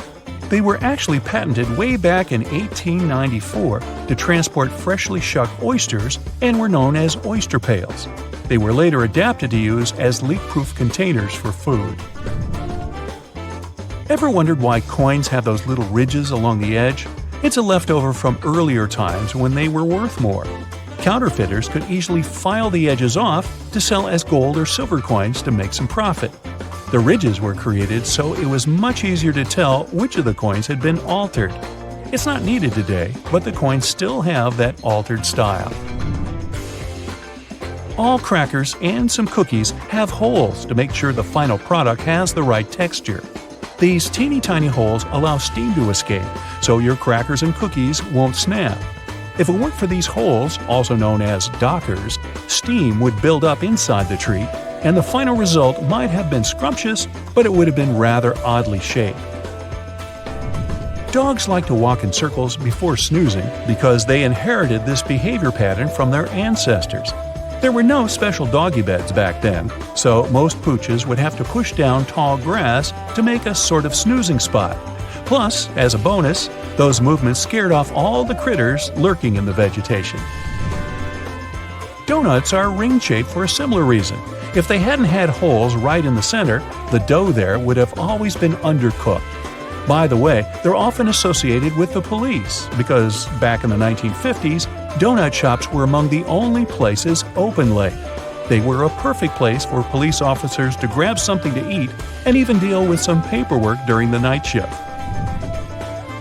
Your jeans are blue on the outside and white on the inside because of a smart way to weave the fabric. The warp thread is dyed, while the weft thread has no color. It's just white. This way, manufacturers reduce the amount of dye needed for each piece of clothing. And they're still dyeing to make the jeans. You've probably noticed that train and bus seats are covered in fabrics with weird patterns. Have any idea why? Well, they use these patterns to cover any germs and stains on the seats. The brighter the color and the more patterned it is, the harder it will be for passengers to notice any stains and get grossed out. Also, the patterns are usually so ugly that no one even wants to look at them for long enough to spot any stains. So yeah, the pattern is there to make you look away, and if you look, to make it less noticeable. No bus will ever have plain white seats, that's a guarantee. Just a few more bus-related questions to answer, like why don't buses have seatbelts? Buses are overall way safer than cars because they were designed this way. The idea behind this is called compartmentalization, meaning that the seats have high backs that absorb energy. The seats are also placed close to one another, so there's less space to move in case of an impact. Also, on a bus, the passengers sit pretty high off the ground, and in case of a collision, the force is absorbed by the bus's deck and not by the people inside. On top of that, a bus is way heavier than most other vehicles, and even if there is a collision, it distributes the force way differently than a regular car. Due to its weight, a lot of force is absorbed, and bus passengers don't experience much crush force. So, small and light buses that can't distribute the force as well actually do require seatbelts. And we have to remember that buses drive slowly, which minimizes the risk of an accident overall. We all know that school buses are yellow, but why? It's for visibility reasons. Yellow is one of the most easily recognized colors, and for a human eye, yellow is even more visible than, say, red. So, school buses are yellow to make them more distinctive. Also, yellow is visible in the dark, in fog, and on a rainy day. Actually, the color of the bus isn't really a true yellow. It also has a hint of orange. This shade even has an official name, National School Bus Glossy Yellow. By the way, taxi cabs are yellow for the same reason, to be more visible in any weather conditions. Also, buses have huge steering wheels, and I finally learned why. Buses are bigger than regular cars, and they're also way heavier. So it's harder to turn a bus around, and way more strength is required to do so than when you drive a car. A bigger steering wheel that has a bigger radius allows the driver to turn the vehicle more easily, and it requires less force than if the wheel were smaller. Trucks have big steering wheels for the same reason. But have you seen those stuffed toys that some trucks have attached in front of them? Turns out, it's just a way for truck drivers to customize their vehicles. It's like a mascot that speaks about the truck or the driver. It's also a way to communicate to the world that the truck driver isn't all scary and tough, but a soft and harmless person that you shouldn't be afraid of. At least, that's how some truck drivers explain it. In Asia, there's also a belief that road accidents are caused by ghosts, and hanging toys are a way to distract the ghosts from causing harm to the truck. Ever been on a road trip? If you're not the driver, all you have to do is just sit in one place and do basically nothing for hours. Doesn't sound like a hard task, but some people find it terribly exhausting. And because of this, they resent road trips. Why do they get so tired? Well, sitting in a car isn't like sitting in a chair. The brain doesn't relax. Instead, it controls everything that's going on, accounting for movements and making sure that you maintain the right posture. Your brain is constantly working, exchanging bits of information with your muscles, so your body is working. Some people get tired because of this. If you aren't doing much, it doesn't mean that your body isn't doing much. Train rides are way more tolerable because trains don't stop or change speeds as often as cars do, so the body is more relaxed, and train trips are way more tolerable for people who aren't fans of road trips. Another mystery is why it's way harder to stand still in the same spot for 30 minutes in comparison to, for example, walking for 30 minutes. Again, It sounds like you're not doing anything when you're standing. So why is it so tiring? Well, standing is a pretty hard task for your body. When standing, the muscles in your legs work very hard to support the mass of your whole body. If you're standing, there are not many muscles working, and only a few of them have to do all the work. When walking, there are more muscles working at the same time, so it's easier. Also, when standing, both of your legs are working without stopping. But when walking, each of them gets a tiny break each time you step using the other leg. Why is it that the same book can have different covers? There are several reasons for this. First, the cover may vary because of the target audience. An edition of a book that is being marketed to older people is usually different from the edition aimed at younger people, with the one for younger people usually being brighter and cuter. The cover can also depend on the country the book is being sold in, trying to attract as many buyers as possible based on the tastes of the population. Next, books vary from edition to edition. At first, a book is printed in hardcover in small quantities to see how it'll do on the market. If the book is a relative success, there is another edition printed, often in trade paperback. The design of the cover is usually updated with every edition. Also, if a book has a movie based on it, there is usually another edition that follows. This edition will take advantage of the movie and use a movie scene as the cover, making it recognizable for people who saw and liked the movie, and encouraging them to buy a copy of the book. Most books are printed on yellowish paper, and few have plain white pages. But why is that? Unless it's a mass-market paperback edition, with paper that's the same quality as a newspaper, meaning bad. It's done with good quality paper. Don't let the yellow hue confuse you. It's usually called cream, and it's a preference for any book because it's less tiring on the reader's eyes. The plain white paper is bleached, and it reflects a lot of light, so it can be exhausting to read for a long time. So, that yellowish paper is the best paper, and publishers regularly use it. Another thing about books is those blank pages they often have at the very end. Their number depends on the number of pages in the book. The thing is that books are printed in signature. A signature is a group of pages that printers fold together and cut to make a book. A signature can have a different number of book pages, with the minimum being 4, and then with other numbers divisible by 4. So, a book that is 300 pages long in total will fit in perfectly, and there will be no blank pages left. But if a book needs 303 pages, it'll need an additional signature, and the extra pages will remain blank, often marked with the word notes or with the message, "This page is intentionally left blank," to let the reader know that there's no important information missing. Ever wondered why most doctors have sloppy handwriting? No, there's no class in medical colleges on bad handwriting. The reason why it's so common is that doctors are always in a rush, and they write as fast as possible to keep their momentum, so there's no time to care about writing nicely. Also, keep in mind that you're not the only person who they write a prescription for over the course of a day. Doctors do a lot of paperwork, working for 10 hours straight, and they're just too tired most of the time to give you a properly written note. Have you noticed that most songs, in general, last somewhere between 3 and 4 minutes? Well, originally, songs were being played on a phonograph record player from a vinyl record, which was spinning at 78 revolutions per minute.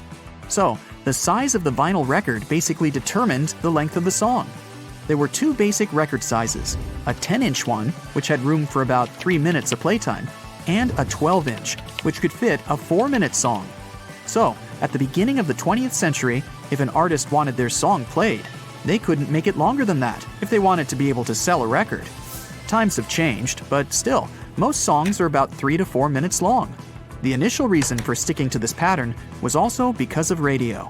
If a song was too long, it would either get cut in half or some parts would be left off to make it fit into the 3 to 5 minute radio standard. If an artist wanted the song on the radio, and if they wanted to earn money from it, they'd do their best to make a song that fits the standard, so that the whole piece could be played without alterations. Today, even if there are longer songs, a 3 to 4 minute song is now a tradition that artists typically stick to. What's hiding inside Coca-Cola cans and regular household batteries? Why do magnets affect breakfast cereals? Do crosswalk buttons actually work, or are they just useless decorations? What does that USB symbol really mean? I'm not sure I know the answers to these and similar questions, but I'm eager to learn the truth together with you. Let's find it out. Coca-Cola cans have a secret few people know about. Here's a Coke can. Let's submerge it in a highly corrosive alkaline solution. The aluminum dissolves due to a process known as hydrolysis, and we can see a plastic liner inside the can. It's made from a polymer or epoxy resin and serves as some kind of a protective barrier between the aluminum walls of the can and the rather acidic soda. Despite a popular myth, household batteries don't actually contain liquid, and if you accidentally cut them open, no toxic liquid will spill. Most of them are dry cell batteries, which are made of electrochemical cells. Those convert chemical energy into electrical energy. Larger batteries often house numerous small cells within them too. Even Tesla vehicle batteries consist of multiple small cells. When combined, they easily provide the necessary voltage.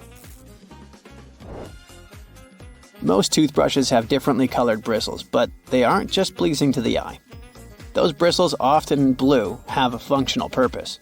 They're called toothbrush indicators, and their colors fade as you use the brush.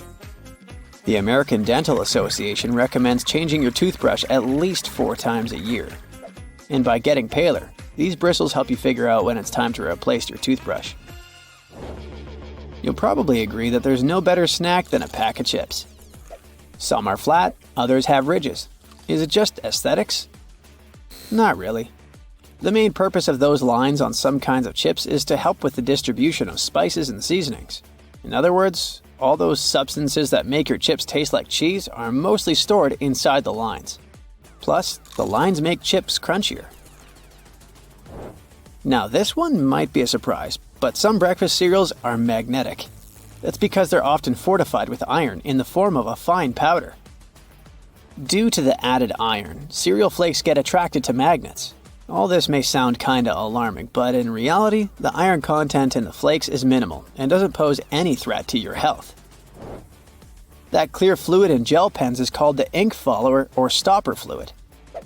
The gel in such pens contains pigment particles dissolved in a polymer solution.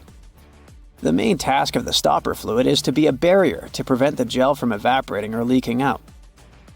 Without this transparent fluid, your gel pen wouldn't function. The fluid always stays in one position and doesn't get dissolved with the gel. Neither does it move backwards or flow out of the pen. Many pedestrian crosswalk buttons, namely in New York, are placebo buttons. They do literally nothing when you press them. Originally, they were functional after being introduced in 1964, but today, most of them don't affect traffic lights, which are programmed based on the real needs of the traffic flow. Why do such buttons even exist then? It's a simple psychological trick, providing you with an illusion of control. You might have noticed that movie theater seats are almost always red. This choice isn't random, it has strategic importance, which is rooted in visual science. The thing is, red light has a longer wavelength. It means that it's the first color to disappear in low light. It allows the audience to concentrate better on the screen once the movie begins.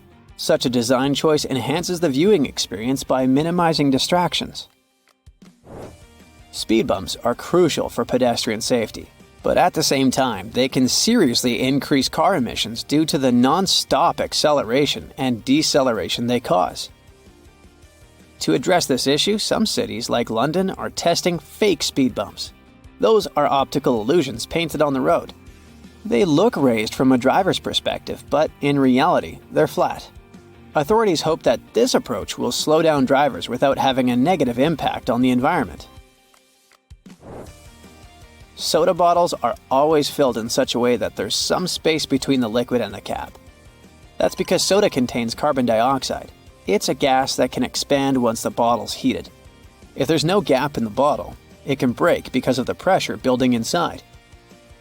Also, when you open your drink, the gases go out in the form of bubbles, making the drink overflow. The gap helps with this problem too. The USB symbol, looking like a trident, has always sparked multiple speculations about its origin. One popular idea is that it represents Neptune's trident and symbolizes power and adaptability. But there's also a little bit less exciting theory. A man who claimed to have designed the symbol in the 1980s stated that it was supposed to represent connectivity. The large circle symbolizes a computer, while the attached shapes, the circle, the triangle, and square, stand for different outputs. The design of a tennis racket has a specific feature known as the throat. It's an open space below the head of the racket. This space isn't just for storing balls, it also improves the racket's aerodynamics by letting air pass through. It seriously reduces drag during swings. Speaking of tennis courts are usually built with a north-south orientation. It helps minimize the impact of the sun's position during the game, ensuring that neither player has the sun directly in their eyes. Look closely at a tram's overhead lines, and you'll see that its contact wires zigzag back and forth instead of going in a straight line. That's because all trams have pantographs attached to their roofs. The upper part of the pantograph is gradually worn down by the overhead wire and eventually needs to be replaced. To wear it down evenly, the wire is not installed strictly along the tram's path, but in zigzag patterns. As the tram moves, the pantograph slides along the wire, and it wears down evenly. Those cone-shaped water cooler cups? Their shape is intentionally designed to prevent users from setting the cups down. This allows employees to minimize the risk of spilling water on their desks around various electronic devices. Plus, less material is used to produce cone-shaped cups, which makes the process less wasteful and more cost-effective. It also kinda supports sustainability by encouraging people to drink their water quickly and dispose of their cups immediately after. Most suitcases have 2 zipper pulls, and it serves several purposes. First of all, if one zipper fails, the other can keep the suitcase closed. Even better, having 2 zippers allows you to have easier access to small sections of your suitcase without having to open it entirely. And finally, when you have 2 zippers, you can connect them with a padlock for increased security. Some plastic milk containers have dents on their sides. These dents serve several purposes.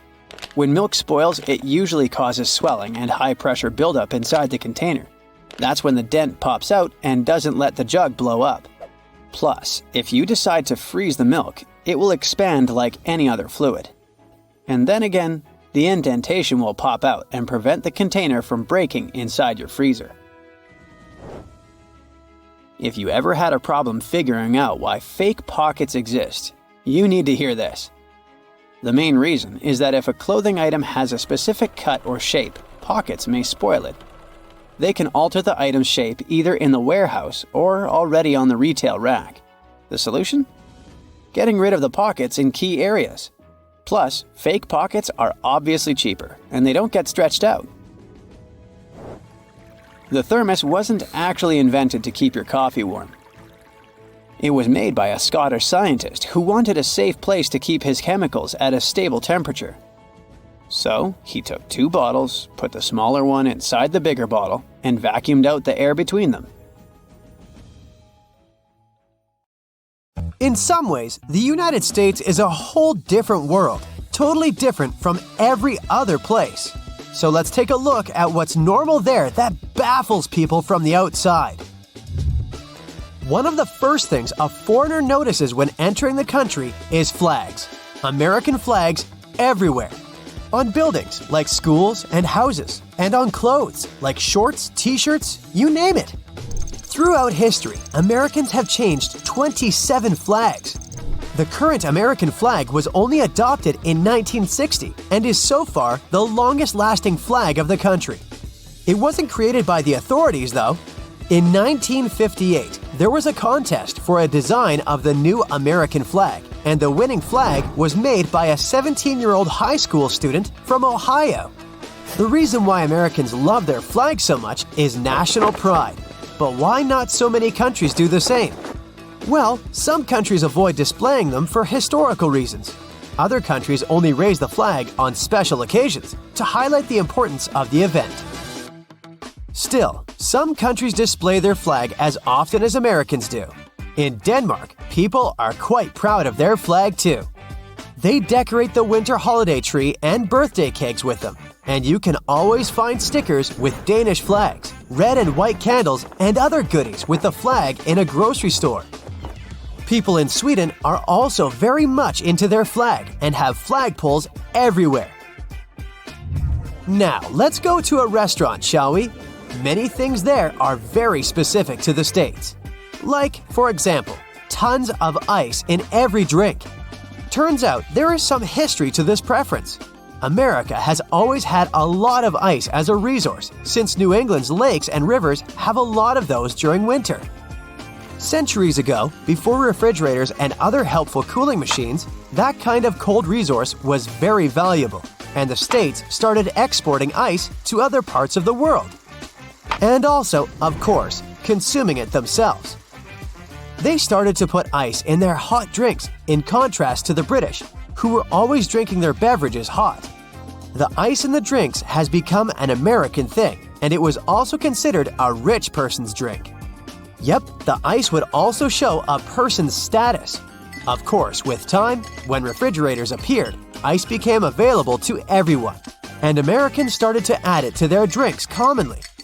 The habit remained, but also, ice drinks are very refreshing, which is especially important in the hot south of the country. But if you come from abroad and don't want your drink freezing cold, always specify it to the waiter. The next striking thing is the huge portions that are served, and there is a reason for that too. It wasn't always like this, but in the second half of the last century, due to pesticides and fertilizers, farmers started to be able to grow more food than they used to. The government caught on, subsidizing them to grow even more food. So, the amount of available food increased. Over time, companies started to increase the sizes of their portions. Why serve less food and get less money if you can serve a bit more and also charge more? That's good for business, and it's a win-win. Customers get more food for just a little bit more money. So, larger portions stuck. Okay, now we need to take a little toilet break. And, surprisingly, there are a lot of foreigners who find American toilets weird. First, what's up with those huge gaps in bathroom stalls? Let's start with the more obvious part, gaps on the bottom of the doors. Those are quite common, even outside the US, and they serve several purposes. First, you can see if there's a person inside without trying to break into an occupied stall. Second, it provides some ventilation and makes it easier to clean the floor in the bathrooms. The gaps on the sides are more questionable. Of course, people on the outside can't see everything going on behind the door, but still, there's not much privacy whatsoever. In most other countries, the gaps are either negligible or non-existent. So what's up with them in America? I did some research. Some sources say that since every inch of material is expensive, wide gaps are made to reduce the costs of bathroom stalls. Other sources say that when people feel exposed like this, they have fewer incentives to do something illegal in public bathrooms. Next observation, American toilets have way more water in their bowls in comparison to, for example, European ones. The reason is that those types of toilets use different flashing systems, and an American one needs more water to flush effectively. In many countries, especially in Asia, most bathrooms have bidets, which are used for after-toilet cleaning, and tourists don't understand why Americans wouldn't adopt those too. After all, if you step in mud, you'll go and wash your foot instead of just wiping it off with a tissue. The same logic works here. Also, it reduces toilet paper usage. So, it's more sustainable and it's environmentally friendly. Some say there's a strong stigma in America around bidets that is extremely hard to overcome. Others say that toilets in the US don't have enough room to install a bidet, so they don't have those, especially if there are other well-known ways. Before we leave the restaurant, we need to tip the waiter. Tipping in the United States is way more common than in most other countries. You're expected to tip any service person who helped you with something. While some kind of tipping exists in some other countries, the extent of it is smaller. And there are also countries like Japan and Denmark where tipping isn't a thing at all. Those countries have minimum wage laws that dictate decent wages employers must pay their workers. This way, the need to pay money to service stuff isn't pushed onto the customers. By the way, here's one more fact about the prices. Probably the craziest thing in the States tourists have to adapt to are prices in stores. The tax isn't included into the displayed price and is added on top while checking out. So people who are short on money can't pre-calculate the price they will have to pay to make sure that they have enough money. But really, why is it so?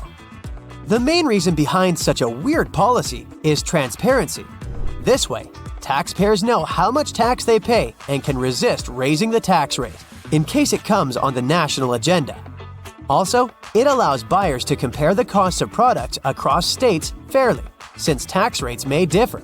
So, if the tax isn't included, you compare the actual bread costs between Alabama and Alaska, for example.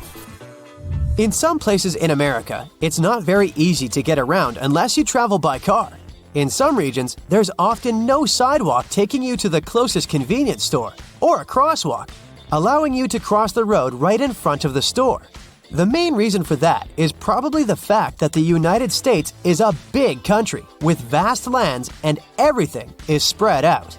Neighborhoods can be scattered around, wide suburban territories quite far away from one another, so that's already far from being walking distance, and sidewalks aren't needed because, yes, no one's walking. Studies show that Spanish or Germans walk at least twice as much as Americans, but in those countries, everything is way closer. And last and not least, you guessed it, the imperial system. It's based on the human body. A foot is an average foot size of a person, so you might think it's quite intuitive for anyone. Well, no.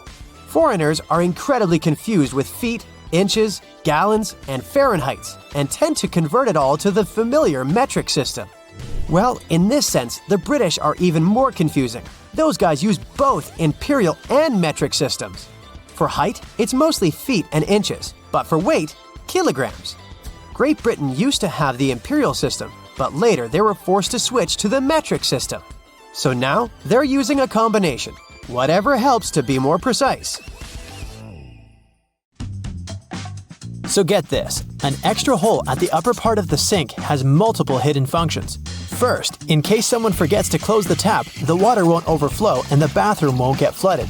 Second, thanks to that hole, the water drains faster and it gives an escape for the air, helping the water flow down. Those two holes on a side of any Converse shoe are not only to let the stinky air out. Sure, breathability is important for any athlete. The second reason is that athletes lace through those holes to get a better grip. Donuts have a hole in the middle and it doesn't stand for O in donut. It's not designed for an easier grip either, though it can be quite convenient. It's actually made this way for mass baking, so that they can cook all the way through evenly. Baby carrots are tiny and, unlike regular carrots, wet. Baby carrots aren't some special sort of carrots. They're actually made of regular carrots by cutting off the skin and outer layers and then polishing them to look that pretty. The problem is that they can't retain moisture. A regular carrot retains some water inside because of the layers that locks it in. Once they're chopped out, baby carrots can dry out easily, so they usually sell them in bags with some water inside. Toy stores are filled with Beanie Baby plush toys, and a detail that is even more iconic than their huge eyes is their tags saying TY. That's a small manufacturing company not so many people have heard of.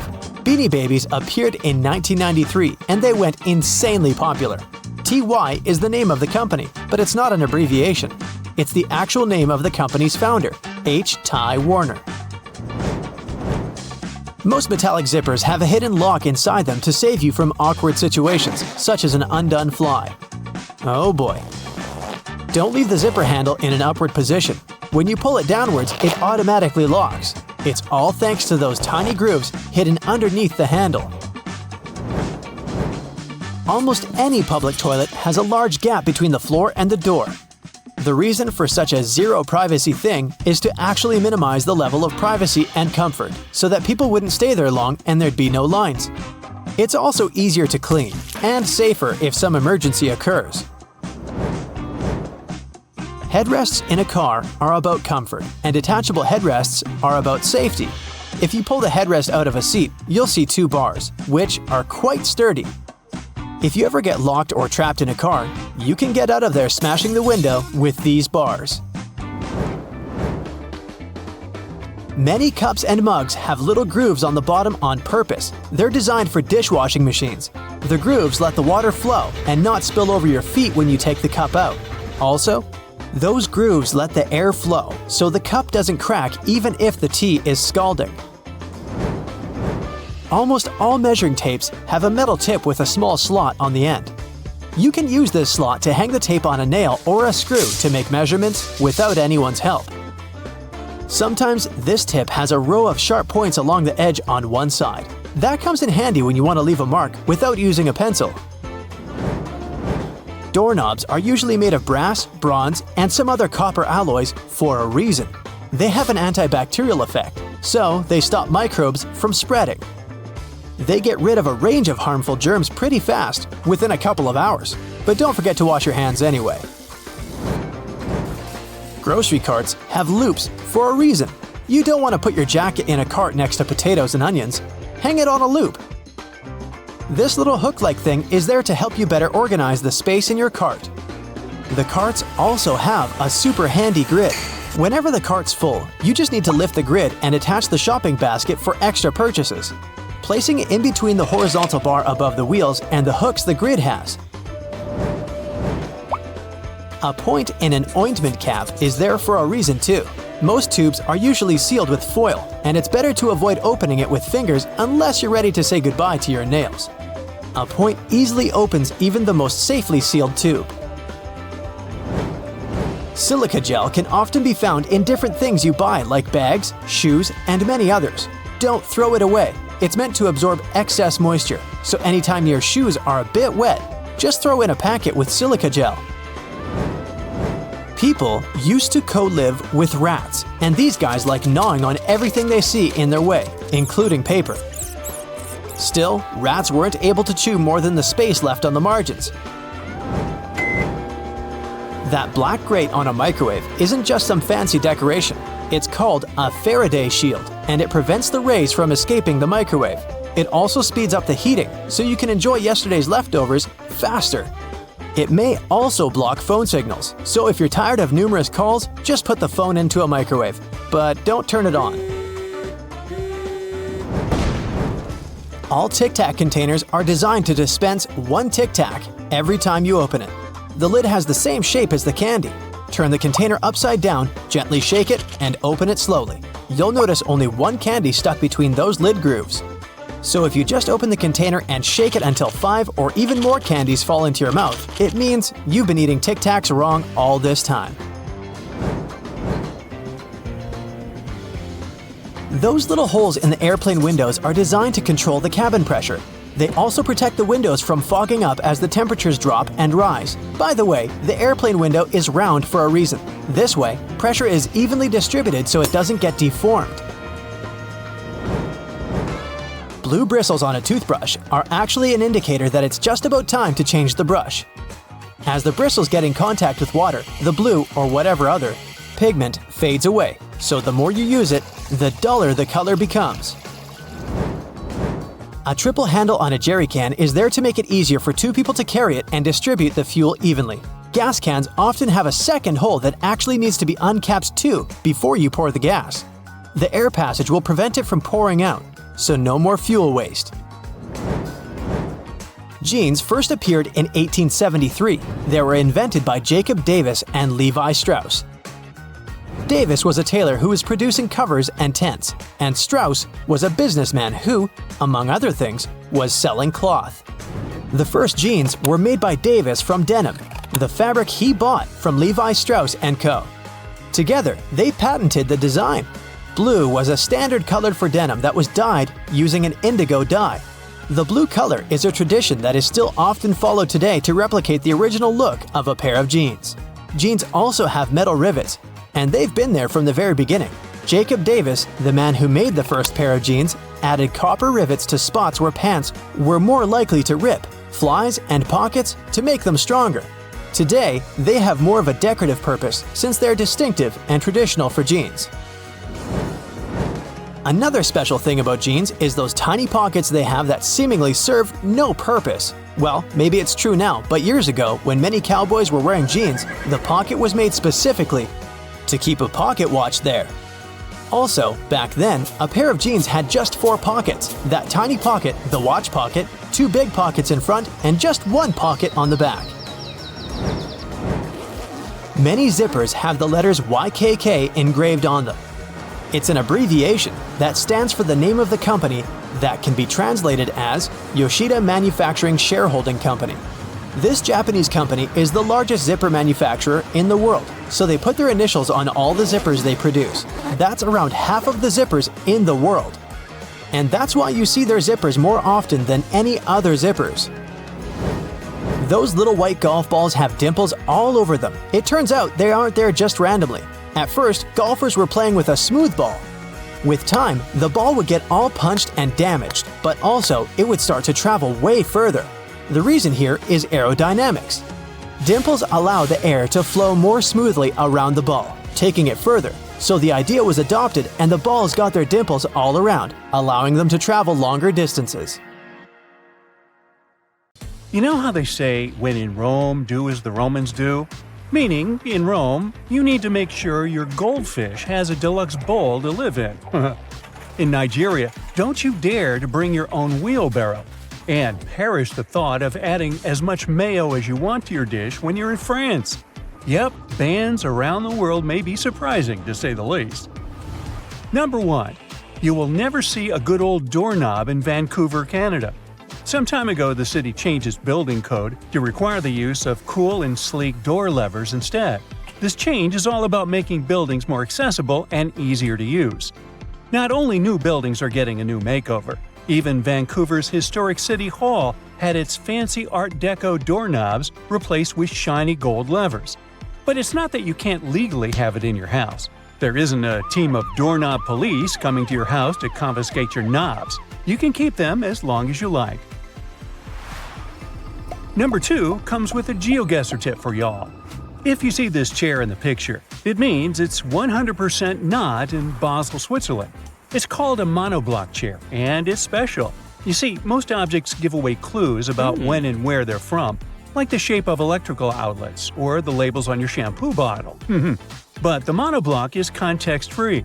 Some people call them one of the world's most perfectly designed objects, while others say the homogeneous nature of the chair is disturbing and the real evil of globalization. But why is it banned in Basel? Turns out the authorities just want the city to be pretty, and the chair design isn't to their liking. Right, if you want to keep one in your backyard, feel free. But they've been a big no in public spaces since 2008. 3. If you were ever thinking of bringing a wheelbarrow to Nigeria, I've got some news for you. Don't even try. Should you need it for some reason during your stay in Nigeria, just buy one there when you arrive. The authorities won't let you bring your imported wheelbarrow across the border. Why? Well, they're all about supporting their own manufacturing industry, so they want to give their local wheelbarrow makers a chance to shine. At number 4, we've got China, where the authorities decided to put a stop to time travel. Wait a minute, it's not what you think. No time travel machine has been invented. The ban is on TV shows and movies. By the way, it's not something new. The law was introduced in the early 2010s. Apparently, the big shots in charge want to keep things real and are not too keen on distorting historical events. They say some scripts are getting a bit too wild, making up myths, promoting superstition, and disrespecting the country's past. 5. Coffee pods. They've become super popular because they make brewing coffee so easy. But Hamburg, Germany doesn't seem to be a fan of those pods. Around 8 years ago, they took a stand by banning plastic coffee pods from authorities' offices. These little pods are made of various materials, making recycling a real challenge. While it's true that these coffee capsules can create a lot of problems, they're still loved by many. In fact, they've become a big hit in the US and Europe, making up a chunk of the coffee market. Hamburg is hoping to lead the way in showing people just how wasteful these pods really are. Number 6. Chewing gum. It has been banned in Singapore since 1992. The ban was put in place to stop people from sticking gum in all sorts of weird places, like subway doors, lock cylinders, and elevator buttons. Yuck. But costly train shenanigans were the last straw for the authorities. The ban was put in place after some serious gum incidents on the mass rapid transit or MRT trains in the late 80s. Some mischievous pranksters have been gumming up the works on MRT trains by sticking chewing gum on the door sensors. That caused a sticky situation and messed up train services. And there you have it, chewing gum got completely banned. Now, just a note here, yep, these are gums prescribed for therapeutic or dental reasons. And yep, they're still allowed. Also, don't get this whole ban wrong. It's not illegal to chew gum in Singapore. So if you come there as a tourist, you can bring in a little gum for personal use if you're traveling. Just do not stick it under this nice park bench, okay? What will create you a ton of troubles, though, is importing and selling chewing gum. Iceland is number 7 in our ban hit parade. Back in 1994, Reykjavik was like, no dogs allowed. It wasn't because they were all about cats, it was to stop this nasty tapeworm from spreading. The disease was serious business, causing all sorts of health problems. But don't worry, dogs are cool now as long as they follow the rules. Nowadays in Reykjavik, it's all about the cats. They're everywhere, roaming the streets like they, own the place. You can't walk 2 steps without seeing a furry little friend begging for attention. These Reykjavik kitties are so popular that they even have their own Facebook page. People love them, and some even carry around treats just in case they come across a friendly feline. And since there aren't many threats to cats in Iceland, they're thriving. 8. The Philippines. Now this one is really weird. Singing My Way in karaoke bars is sort of banned in this country. This seemingly harmless song has been linked to some pretty serious consequences, like fistfights and even people's early demise. No one knows the exact number of lethal cases caused by this song, but there have been at least a handful of incidents in the last 10 years. The song's lyrics, which can come off as a bit arrogant and prideful, seem to rile people up when sung in a not-so-great way. This has led some karaoke bars to unofficially ban the song to prevent any craziness from breaking out. 9. Hey, have you heard about Japan's Metabo law? It's all about measuring waist sizes to tackle obesity. It was introduced in 2008, and the idea was that if companies and local authorities didn't meet the goals, they would face financial penalties. The Ministry of Health believed this campaign would help prevent various health conditions. So, every year, people aged 40 to 75 had to get their waist measured. Employers and local authorities needed to make sure at least 65% of people participated. The goal was to reduce Japan's obesity rates by 25% by 2015, and if they hadn't made it, they would have gotten slapped with a fine. Did it work? Well, in 2024, there are only 4.5% of people who reportedly have weight issues in Japan. Number 10, and we're back to Canada. So if you catch someone in there counting out pennies in line, you can totally have some fun with them, legally speaking, of course. According to the Canadian Currency Act, there's a limit to the number of pennies you can use in a transaction, 25 to be exact. So, if someone tries using 26 coins, you can play sheriff and send them to coin jail. Snatch up their pennies as evidence. Yeah. 11. And a condiment-regulated country here. Apparently in France, they're cracking down on condiments in public schools. They're trying to make meals healthier for students. The rule is that you can't just go crazy with mayo, ketchup, and vinaigrette anymore. They have to be served according to the dish. Finally, Italy. In Rome, you can't keep your goldfish in a boring old glass bowl. Nope, that's considered cruel, because those little guys need their oxygen flow. Plus, if you keep them in a bowl for too long, they might go blind. Also, you can't give away goldfish as prizes. The law has a whole subsection about it. So if you're planning on bringing a goldfish home from your next trip to Rome, make sure you've got a fancy tank ready for them. And thank you for watching. Have you ever stopped to think about the thrilling secrets of day-to-day modern life on planet Earth? I'm talking about tiny windows in washing machines and little holes in airplane windows. If you haven't got a clue of what I'm talking about, tag along and allow yourself to be as surprised as I was when I found out. Remember the drawer at the bottom of your oven? Maybe you've been ignoring it all along or using it to store pots and pans. Well, even though it can serve this function, that's not the only thing it's there for. The best way to use the bottom drawer is to keep your meal heated while you're waiting to serve it. Genius, right? Talking about secret doors, have you noticed that most washing machines have little flap doors at the bottom too? These doors actually serve as drain traps. It's where all the items that we put to wash together with our jeans and jackets go to. It's a type of collector, let's say, of small items. It stops them from getting into the main drain pipes and clogging them. It saves us hundreds of dollars in repairs each month. Now, who hasn't gone through the confusing task of having to measure how much pasta to cook for one serving? Well, here's the solution. The holes in the center of pasta spoons. They were actually made for measuring the exact amount of dry pasta you need for one serving.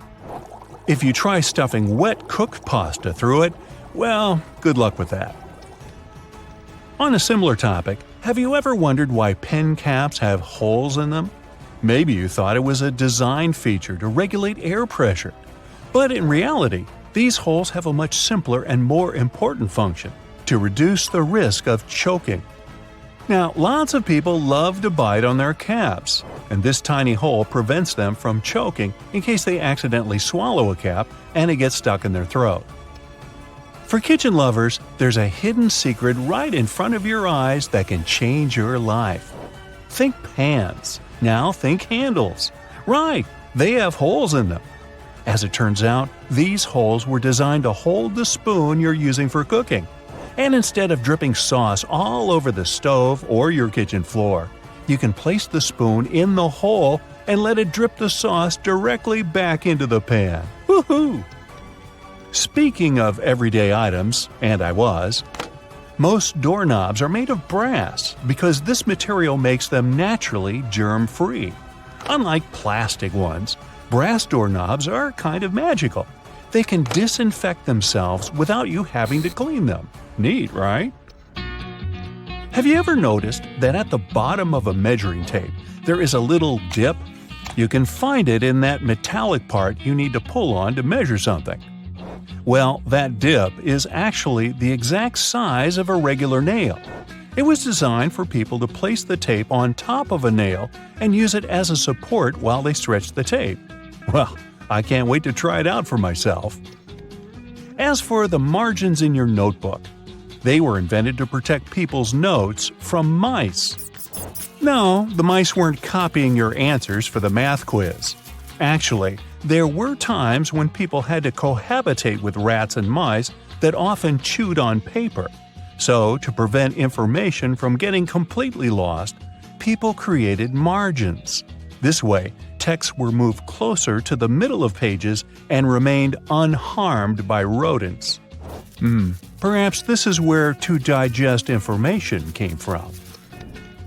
And what about those tiny holes at the bottom of airplane windows? They have an extremely important function of regulating the air pressure inside the cabin. In other words, they help planes fly high up in the sky. Big responsibility, right? By the way, tray tables on an airplane are the germiest places inside the entire cabin. Studies showed that the trays had 8 times the amount of germs on the toilet flush button. Now, how about we cut a commercial airplane in half and see what's inside? Well, it would look more or less like this: rows of seats on top and everything else that needs to be stored at the bottom. I'm talking about passengers' luggage, emergency supplies, parts of the wing system, and so on. Moving on to bowling balls. Yes, I know it's a clumsy transition. Anyway, have you ever wondered what the insides of a bowling ball look like? If you have cut a professional ball in two, you'll see a familiar shape. Look closely. Do you see it? Doesn't that look like the logo of Brightside? Anyway, professional bowling balls are different from the ones in your local bowling alley. That's because they're designed to make fancy moves. They actually have some really complex engineering inside. They're shaped to help skilled professionals get more strikes. The weight of professional bowling balls is designed to be projected inward as they travel down the bowling lane. This makes it harder for them to get into the gutters on the sides of the lane. Speaking of balls, let's take a look inside a baseball. To make it light and aerodynamic, producers use several different layers. Starting from the core, we have a cork center enveloped by black rubber. Then there's a layer of red rubber, followed by 2 or 3 alternating layers of wool yarn. After that, there's a visible white leather cover and that beautiful red seam on the side, stitching it all together. And what if you had X-ray vision and managed to look inside a human bone? Ooh, spooky! I'd say what calls most attention is this spiderweb-like situation at the center of the bone. In reality, it's a highly condensed and complex structure of nerves that you have inside your bones. Aren't you lucky? Now, I've got a riddle for you. What is round, can be found near the ocean, and looks like an aerial view of the Guggenheim Museum in New York City, the one that's made almost entirely of ramps? If you said a nautilus shell, hey, then you guessed right. A nautilus is a shellfish whose house you can find in countless souvenir stores near the beach. It's made up of 2 layers, a matte white outer layer and an iridescent white inner layer. And if you were to cut it in half, it would look very similar to the insides of the Guggenheim Museum. Aloe leaves are good for healing purposes and also for hydration.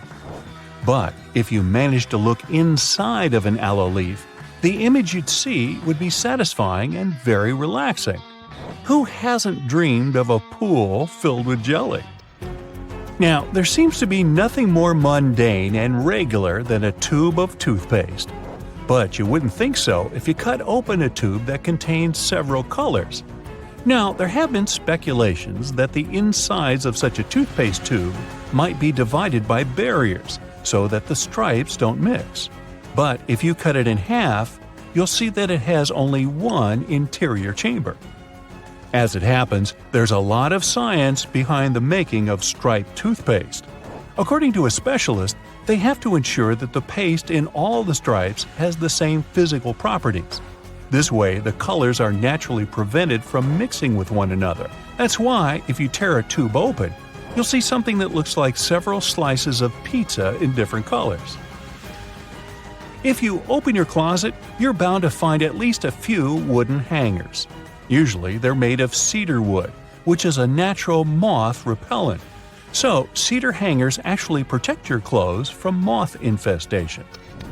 For some people, more than others, eyeliner is an everyday must. Boy, isn't it. But did you know that back in ancient Egyptian times, both men and women used kohl eyeliners to protect their eyes from the sun's glare? Way to go for the Egyptians for figuring that out. Now, if I could just learn to walk like one. Normally, we use headrests for the purpose of, well, resting our heads, right? Well, not only. As it turns out, headrests can be easily removed from the seats and used to break car windows in case of emergencies. Now, this one is a trick very few people know about. You probably place your doormat horizontally, like most of us do. But doormats serve the purpose of absorbing dirt from the soles of your shoes before you enter your home. So, for this function to work as it's meant to, the best way to place a doormat is vertically. This way, you take more steps on the top of the doormat before entering your house. And last but not least, now I don't want to be accusatory here, but you have probably been vacuuming your house the wrong way, and I can prove it. Most people just vacuum floors and carpets in one direction or move the brush back and forth several times, thinking they've got all the dust out. But according to cleaning professionals, the best way to vacuum is in rows. First, you go forward with the brush until you arrive at the end of the row. Then, you fluff the carpet up and move back down along the same row, gathering the dust that wasn't collected in the first sweep. Talk about efficient cleaning. On the other hand, my idea of house cleaning is to sweep the room with a glance. Hey, I don't want to disturb that protective layer of dust. Some men wear shoes with hidden heel lifts to look taller. Such shoes can make a person up to 6 inches taller. They look like regular shoes, but inside they have this extra insert. Sometimes, such an insert is glued down. Sometimes it's removable, and you can choose the height you need yourself. When the Titanic hit the iceberg and sank sometime later, the Atlantic Ocean was around 28 degrees Fahrenheit, which means the water was below its freezing point. No wonder so many passengers didn't make it. Some birds have a row of bristles protruding from the edges of their eyelids. Those bristles can probably be called eyelashes, but while human eyelashes are modified hairs meant to protect the eye, bird eyelashes are modified feathers. Identical twins don't actually have the same fingerprints, so you can't blame your misdeeds on your sibling after all. Different factors during development in the womb, like the position of the womb, umbilical cord length, and the rate of finger growth, impact fingerprints. Earth's rotation speed is changing. It's slowing down right now while we're talking. It means that, on average, the length of the day gets 1.8 seconds longer every century. 600 million years ago, a day lasted a mere 21 hours. Most world maps are wrong. On the majority of maps, they still use the Mercator projection, which was the first developed in 1569. But this method is very inaccurate and makes Alaska look as large as Brazil, while in reality, it's 5 times smaller. As for Greenland, it looks 14 times larger than it actually is. For a map to be precise, it would need to be life-sized and round, not flat. Ants don't have lungs. They breathe through tiny openings known as spiracles. An ant may have 9 or 10 of those on each side of the body, depending on the species. The average color of the universe is poetically called cosmic latte. In a 2002 study, scientists discovered that the light coming from other galaxies averaged into a beige color that was very close to white, just like the drink beloved by many. There is such a thing as minus decibels. The quietest place on Earth is Microsoft's anechoic chamber in Redmond, USA. The level of sound there is minus 20.6 decibels. Such chambers are built out of heavy concrete and bricks and are placed on springs to stop vibrations from entering the chamber through the floor. Bananas are radioactive. Wait, where did you go? It's not that bad. Bananas are rich in potassium, so each banana is slightly radioactive due to the natural isotope potassium-40. On the other hand, your body contains around 16 milligrams of potassium-40, so you're actually about 280 times more radioactive than that poor banana. And in any case, your body gets rid of that excess potassium-40 from a banana within several hours. There's simply no such thing as a straight line. You just need to zoom in close enough and you're bound to spot some irregularities. Even a laser light beam is a bit curved. In emergencies, fish form orderly lines.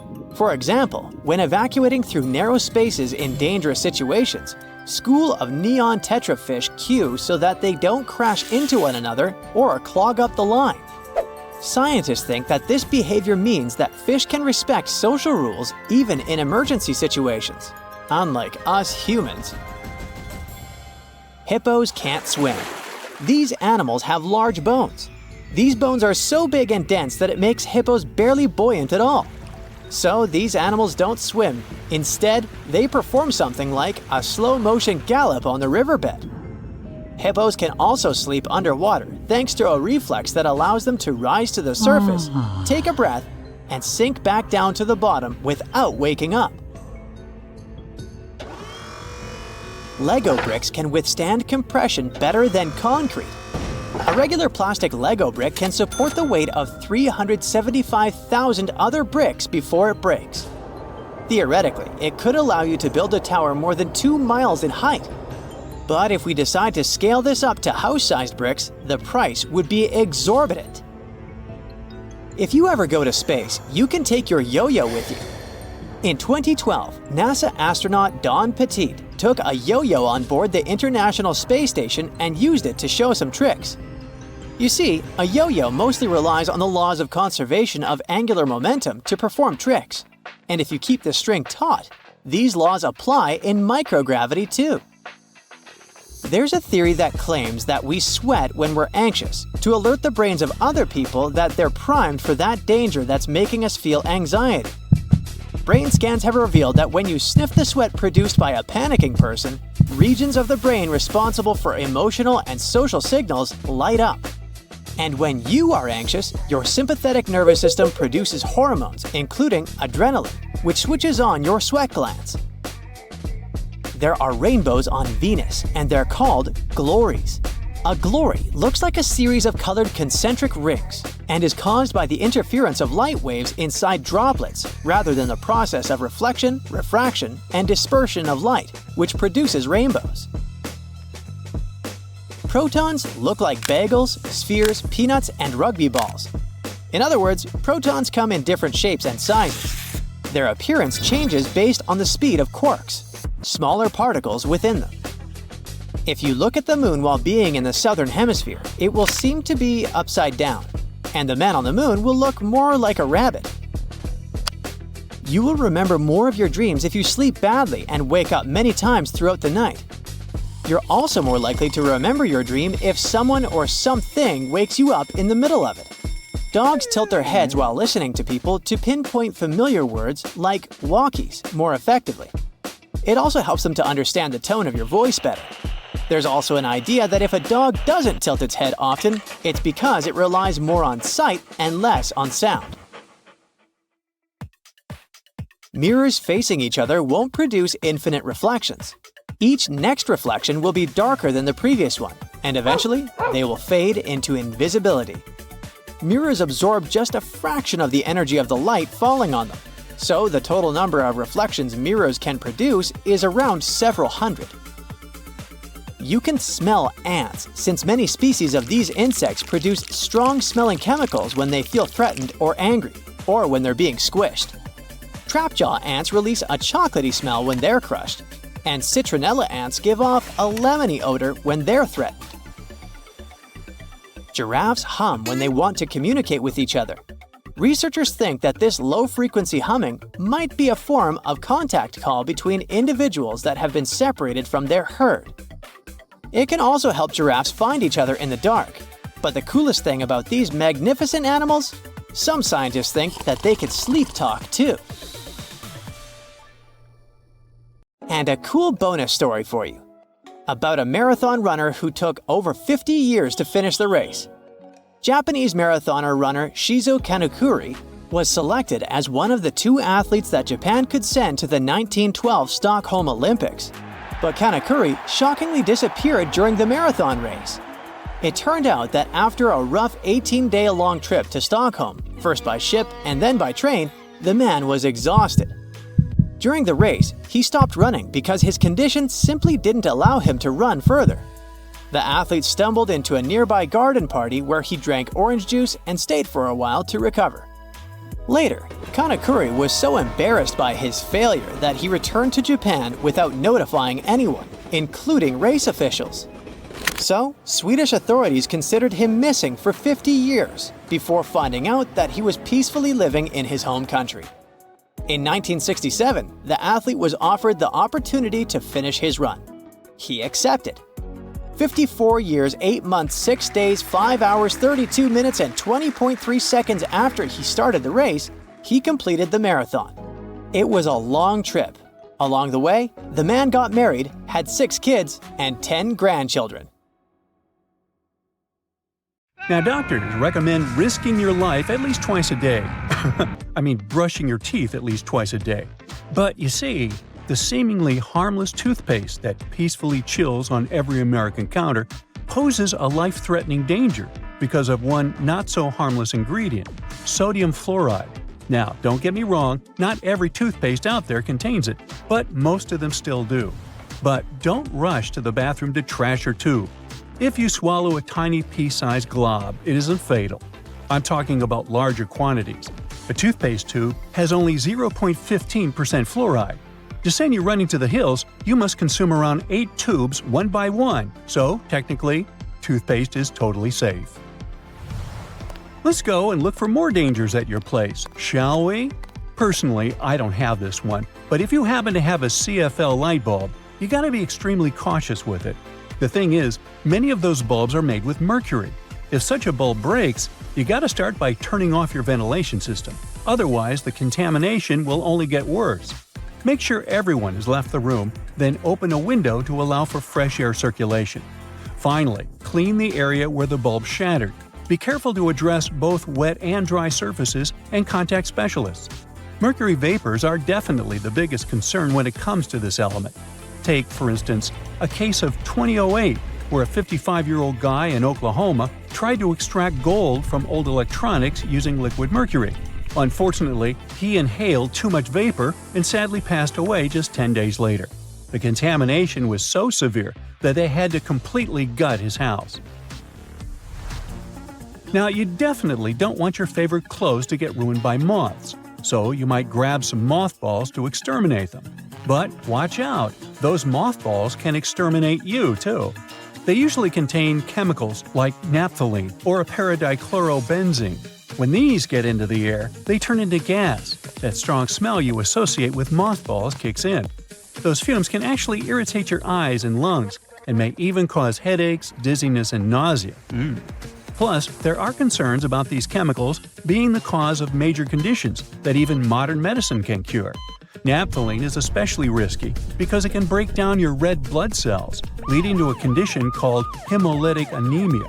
So try to swap those balls for good old lavender. Moths aren't big fans of it. Now, it's super important to keep an eye on the plants you bring into your home, because some can be surprisingly harmful. Take Dieffenbachia, commonly known as dumb cane, for example.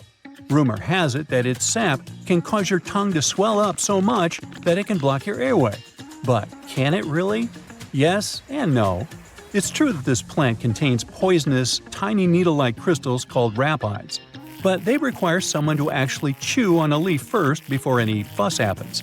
Otherwise, you might just feel a brief burning sensation or observe some skin redness. In rare cases, you might see some swelling in the area that touched the plant.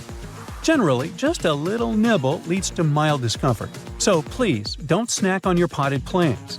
This warning is more for the safety of your pets, especially cats. Now, if Dieffenbachia stays in contact with the mouth for too long, it can cause some serious pain that might linger for days or even weeks. In those cases, a trip to the hospital might be necessary, especially if the throat gets affected, as that could impact breathing. But don't believe the hype that Dieffenbachia is a lethal poison. That's just an urban legend. The bottom line? One must be really dumb to get poisoned by a dumb cane. Now, using a power washer can be more dangerous than you might think. The intense pressure can lead to serious injuries, and the high-speed spray can kick up debris that might cause even more harm. If you do get injured, infections can set in quickly, and without timely medical care, things can get really serious. Think severe complications, potential limb loss, or even worse. But honestly, it's not that scary. Just don't overdo it with pressure. Here's a friendly tip. Don't skip out on your weekly house cleaning, especially when it comes to the bathroom. The longer you put off cleaning it, the more risky it becomes. Bathrooms are notorious hotspots for bacteria, which makes regular cleaning essential. You definitely don't want those unwelcome guests like norovirus, E. coli, salmonella, or even Staphylococcus aureus hanging around, along with those molds and mildews. Just put things into perspective. An average toilet seat can host over 200,000 colony-forming bacteria. And here's another thing to keep in mind. If you're not careful while cleaning, you can accidentally create a dangerous situation. Mixing bleach and ammonia can release a toxic gas called chloramine. Those fumes can lead to some pretty nasty symptoms, from shortness of breath to fluid in your lungs. Guess what? If it happens, you will probably kick the bucket. And I'm not talking about the one you use for cleaning the floors in the bathroom. On a sweltering summer day, having air conditioning is definitely a blessing. But don't let that trick you into thinking there aren't risks involved. If your AC is on the older side, it can lead to various issues. For example, the ductwork and filters can trap harmful mold, bacteria, and allergens. If those aren't addressed, folks in your home might end up dealing with coughing, wheezing, or a stuffy nose. Plus, an aging AC unit can pose a fire risk. Older components tend to generate more heat as they try to keep up, and if they're not replaced, you could end up with a potential fire hazard.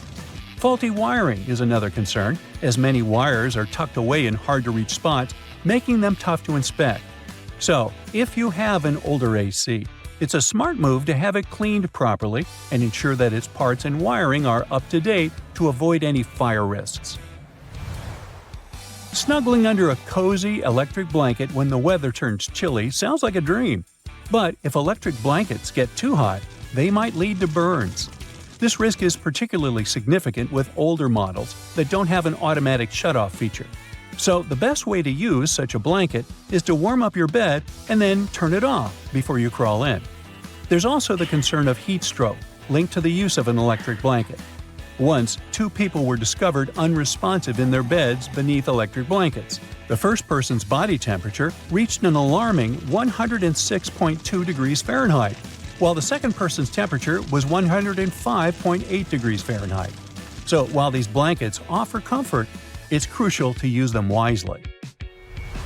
Just a quick heads up about windshield washer fluid. It contains methanol, which can really pack a punch. If ingested, it can cause everything from dizziness and headaches to severe poisoning. Make sure to store it safely and keep it in the original container. Never transfer it to unmarked bottles. It can easily be confused with water and other harmless liquids, and that's a big no-no. Methanol is super toxic. For a grown-up, 2 to 8 ounces can do the trick. You know what I mean. The windshield washer fluid you dump into your car usually has about 30 to 50% methanol in it. But the concentrated versions? They can pack a serious punch with 90 to 100% methanol. Just remember, these products need to be diluted with water before you use them. The last everyday thing on our list does seem to be a great buddy of ours, especially if located in the bathroom. But although air fresheners can give your home a pleasant scent, many of them release volatile organic compounds that can build up over time and may pose serious health risks, including neurological issues and incurable conditions. I suggest, if you were to ask me, you play it safe and think about opting for natural alternatives or enhancing your home's ventilation instead. Got that? Good. You see these blades? They have notched corners to make your cutting experience smoother. Ooh! The front edge notch helps with separating blades during manufacturing, while the trailing edge notch helps the blade glide easily. And a fun fact, that notch on the front also helps you spot unused sections of the blade. Just a little visual indicator to make your life easier. When it comes to silver versus black blades, they're both made from the same stuff. But black blades are sharper and are better suited for cutting through tough materials, while silver blades strike a balance between cutting power and durability. If you want that extra cutting oomph, go for black. Oh, almost forgot. The only thing those blades aren't meant to cut is food. It has a rust-proofing oil coating, which is not safe for humans. Check this one out. It's totally giving me childhood vibes. Now, I remember my grandma having tomato-shaped pincushions just like this, and sometimes they would look more like a salad, with a little pepper thrown in there. Well, believe it or not, this salad actually has a purpose.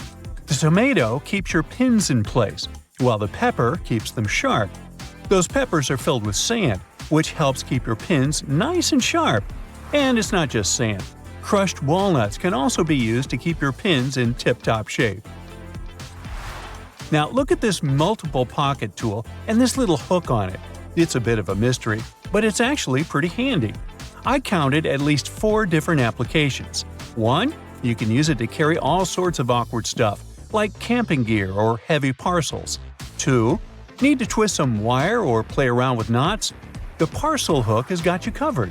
3. This hook can save the day with those stubborn zippers, like the ones on your luggage. 4. It's great for pretending to be a budget version of Captain Hook. If you know more applications, let me know in the comments. Apple users, with this feature, you'll never get laundry surprises again. Now, I bet you've had this situation at least once in your life. You wash your stuff, and when you take it out of the washing machine, the size seems to only fit your cat. Your iPhone camera can actually translate those funky laundry symbols for you. There are 2 requirements though. You must have iOS 17, and your phone must be in English. Take a photo of the care label, go to the Photos app, and see the details of the image. Everything will be automatically decoded and explained to you. Now, many toasters come with nifty removable crumb trays at the bottom. It's super important to give these trays a good clean every now and then to keep your toaster running smoothly and avoid any potential fire hazards. Just pop them out, shake out the crumbs, and you're good to go. Where you shake them out is up to you. Those little compartments on your gas pump aren't just for show. They're actually there to hold your cap while you're filling up. This nifty feature keeps things tidy and prevents any spills or drips on the handle. So, say goodbye to messy refueling experiences and hello to a cleaner pump. Plus, it makes the whole process way more convenient and efficient. Now, I'll bet your oven gets so greasy and dirty sometimes that you can even hear it oink. Just kidding. I know you're a tidy person. Anyway, if you're looking for a way to bring your kitchen cleaning to a whole new level, here's a tip for you. Most oven doors have handy latches that let you pop the door off for easy cleaning, saving your poor back from the strain. When you're draining noodles or potatoes, there's no need to bother transferring everything to a colander in the sink. Just throw the colander right into the pot, hold it down, and pour the liquid out. It makes life so much easier, especially when you want to save that starchy water for recipes. It's a must for authentic pasta, by the way. So let's say you've snagged this gem at a thrift store a while back for just under $1. It's seen better days, serving as an ashtray, but you decide it's time to give it a new lease on life. Here's the lowdown on how to make it shine again. Mix up a solution of boiling water, baking soda, and table salt in a bowl lined with aluminum foil. Let the piece soak for about 15 minutes and repeat this process 3 times. In between soaks, gently scrub any rough spots with a microfiber cloth. After the final soak, dry the piece off and rub on some toothpaste, baking soda, and peroxide. Buff out any remaining tarnish with a clean, dry microfiber cloth. Rinse it off, and now your piece is practically gleaming like a mirror. These aluminum foil boxes have nifty little tabs on the sides that make it super easy to grab a sheet without any hassle. It's like a fancy little bonus that makes the product a breeze and ensures you'll have a smooth sailing experience every time. Manual can openers often come with a handy built-in feature, also known as a bottle opener. It's like getting 2 tools in one. But did you know that this bottle opener actually has another useful function? It can help you loosen those stubborn, hard-to-open jars. Simply lift the lid slightly at a couple of points with the bottle opener, and then watch it as it effortlessly twists right off. Yeah! Okay, I just found that, apparently, you're supposed to save the first and last slices of a loaf of sliced bread for last. It's like a bread hack or something. Apparently, those end pieces help keep the rest of the bread fresher for longer, and you shouldn't eat them until you've devoured the rest of the loaf. So, next time you're making a sandwich, save those heel slices for the very end. Even bread eating needs a good strategy. Now look at those blue levers on the top rack of your dishwasher. I was curious about them too, and it turns out they're actually water bottle sprayers. They help to ensure that your bottles get a thorough cleaning and rinse during the wash cycle. Many vegetable peelers have those little scoops on top for taking out the eyes from potatoes. And here's a cool tip. You can actually use vegetable peelers in both directions to peel faster, but most people just stick to one direction. When using yellow mustard, make sure to push the lid of the bottle all the way open until you hear a satisfying click. This way the lid will stay securely in place and won't get in the way when you're dispensing the mustard onto your food. It's a simple step that can make your condiment experience hassle-free and enjoyable. So there. You know that little hole at the end of your pot or pan? Well, it's not just for show, you can actually use it as a handy holder for your forks and spoons. Next time you're cooking up a storm in the kitchen, just pop your utensils in that convenient little hole and keep them close at hand. Okay, just a heads up to remember to switch the direction of your ceiling fan for the changing weather, and to give it a good clean too. I've seen that a lot of folks found it helpful before to reverse the fan's direction by flipping a switch for different seasons. So this is just a friendly reminder to go ahead and do it again, pushing hot air down and pulling cold air up. When you're chowing down for some pizza, just tear off the top of the box and use it as a big old plate. You can even rip the box in half and fold it to save some leftovers for later. Well, that's it for today. What, you want to know more cool facts? Sure, but you'll have to subscribe and hit the bell to get more videos. I'm waiting. Go ahead. Fun fact: Olympic synchronized swimmers, now renamed artistic swimmers, don't usually wear swim caps. When they compete, they put Knox gelatin in their hair. The result resembles unflavored Jell-O. Athletes mix the gelatin with water and it turns into a gooey mixture. After that, they comb and brush the substance into their hair, pull it into a bun, and put a headpiece over it. When it all dries, it becomes really hard, and swimmers' hair doesn't fall out when they swim. They often add glitter and other decorations to make their hairstyles even more exciting. The blanket octopus is called this way because of the females of the species. They're supersized and rarely seen. They have a long, fleshy cape which encloses their tentacles. Female octopuses are large, up to 6.5 feet in length. Thanks to this cape, they look even larger and much more intimidating to potential predators. But the coolest thing about these creatures is that the male blanket octopus grows to be a mere 1 inch in length, which is smaller than a walnut. This makes the blanket octopus a species with the largest gender size difference in the entire animal kingdom. Red Bull has published a video showing the so-called world's fastest camera drone following a racing car around Silverstone's Grand Prix circuit. The Dutch Drone Gods are a company that custom-built the manually piloted drone designed specifically for keeping up with cars moving at speeds of over 186 miles per hour. It took more than a year for Red Bull and the Dutch Drone Gods to create a drone that could accelerate twice as fast as a Formula One car, reaching this breakneck speed in just 4 seconds. The drone's top speed is almost 220 miles per hour. Recently, scientists have concluded that water might not be wet. You see, wetness is usually defined as a liquid's ability to maintain contact with a solid surface. It means that the water itself isn't wet, but it can make other objects wet. Okay. Wow. The Maldives 1,000 rupiah banknote has captured the attention of people from all over the world and received a lot of praise for its stunning design. The note features the striped pattern of the skin of a majestic whale shark and a green sea turtle against a vibrant blue backdrop.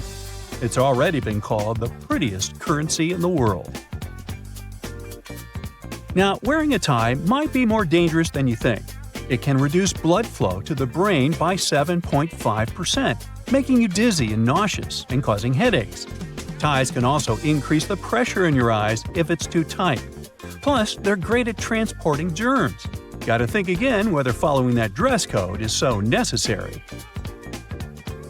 A young girl from Washington broke a Guinness World Record by putting on 45 sweaters at a local library.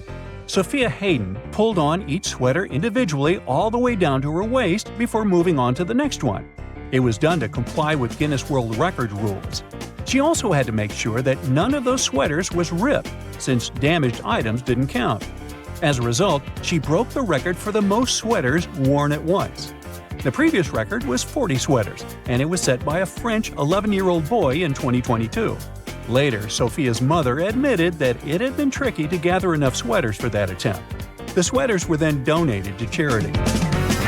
Now, it was Louis XIV of France who is believed to have brought salt and pepper together, forming the basis for modern cooking. At that time, only rich people could afford to add pepper to their meals, and the king liked his food to be lightly seasoned with just salt and pepper.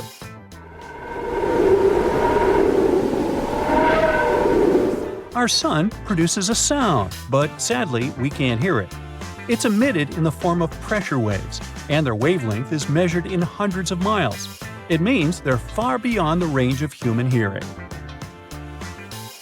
Now, while we're on the topic of space, let's discuss the fact that our solar system has a wall surrounding it.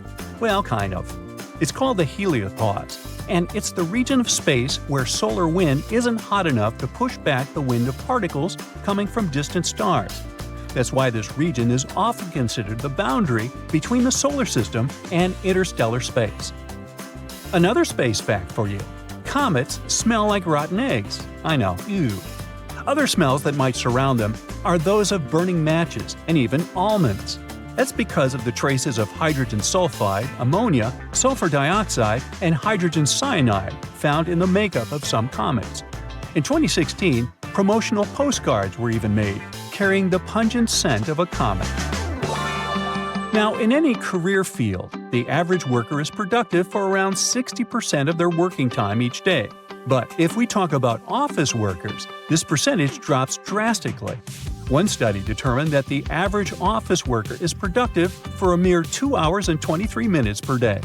The thing is, employees are interrupted in general every 3 minutes and 5 seconds. And it takes people a whopping 23 minutes to get refocused after an interruption. It means that employees get 3 minutes of work done for every 26 minutes they spend at their workplace. Unbelievable. No wonder that statistically, people working remotely are much more productive. Scottish soccer team Inverness Caledonian Thistle Football Club is known for using cameras with AI ball tracking to live stream their matches on YouTube. Well, once, in the 2020 match against R United to be precise, when a camera repeatedly tracked an official's bald head, mistaking it for the soccer ball. Uh-oh, what a blunder. Now, speaking of sports, football teams wearing red kits reportedly play better. Accordingly, the color of your attire affects not only how you're perceived by others, but also how you feel. A review of football matches in the past 55 years has shown that teams wearing red consistently play better in home matches than teams dressed in any other color. One more awesome story connected to sports. In order to draw some of the most wanted criminals out of hiding, the U.S. Marshals Service once came up with an offer crooks couldn't resist. They invited them to the Super Bowl. In December 1985, more than 100 people came to the Washington Convention Center after receiving a letter informing them that they had won tickets to the largest sporting event in the country. According to the invites, they had been selected randomly from a clearinghouse list of D.C. residents and were supposed to receive 2 tickets to the Redskins vs. Bengals game that day. But to get in, they had to come to a pre-game party to collect their tickets. And guess what? The plan worked like a charm. Over 100 criminals were arrested, which made Operation Flagship one of the most successful in U.S. police history. Now moving on. Your brain is eating itself non-stop. Wait, don't panic yet. It's a totally normal process known as phagocytosis. During this process, cells envelop and consume smaller cells or molecules to remove them from the system. Luckily, phagocytosis isn't harmful. It actually helps preserve your gray matter, keeping it in top shape. Boy, I could use more of that. Giraffes are 30 times more likely to get hit by lightning than people. Between 1996 and 2010, there were just 5 documented lightning strikes on giraffes that ended tragically. But if we consider the fact that the population of the species was just 140,000 at that time, it makes for around 0.003 lightning casualties per 1,000 giraffes each year. This is 30 times more than the number of tragic accidents involving lightning strikes that happen to people. Animals experience time differently from us humans. To smaller animals, the world around them moves more slowly.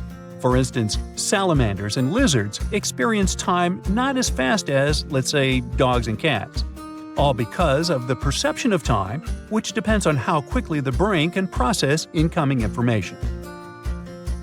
And finally, snails do have teeth, between 1,000 and 12,000 to be precise. These teeth aren't like ours though, so there's no need to picture snails with silly toothy grins. Snails' minuscule teeth are all over their file-like tongues. So there. That's it for today. So hey, if you pacified your curiosity, then give the video a like and share it with your friends. Or if you want more, just click on these videos and stay on the bright side.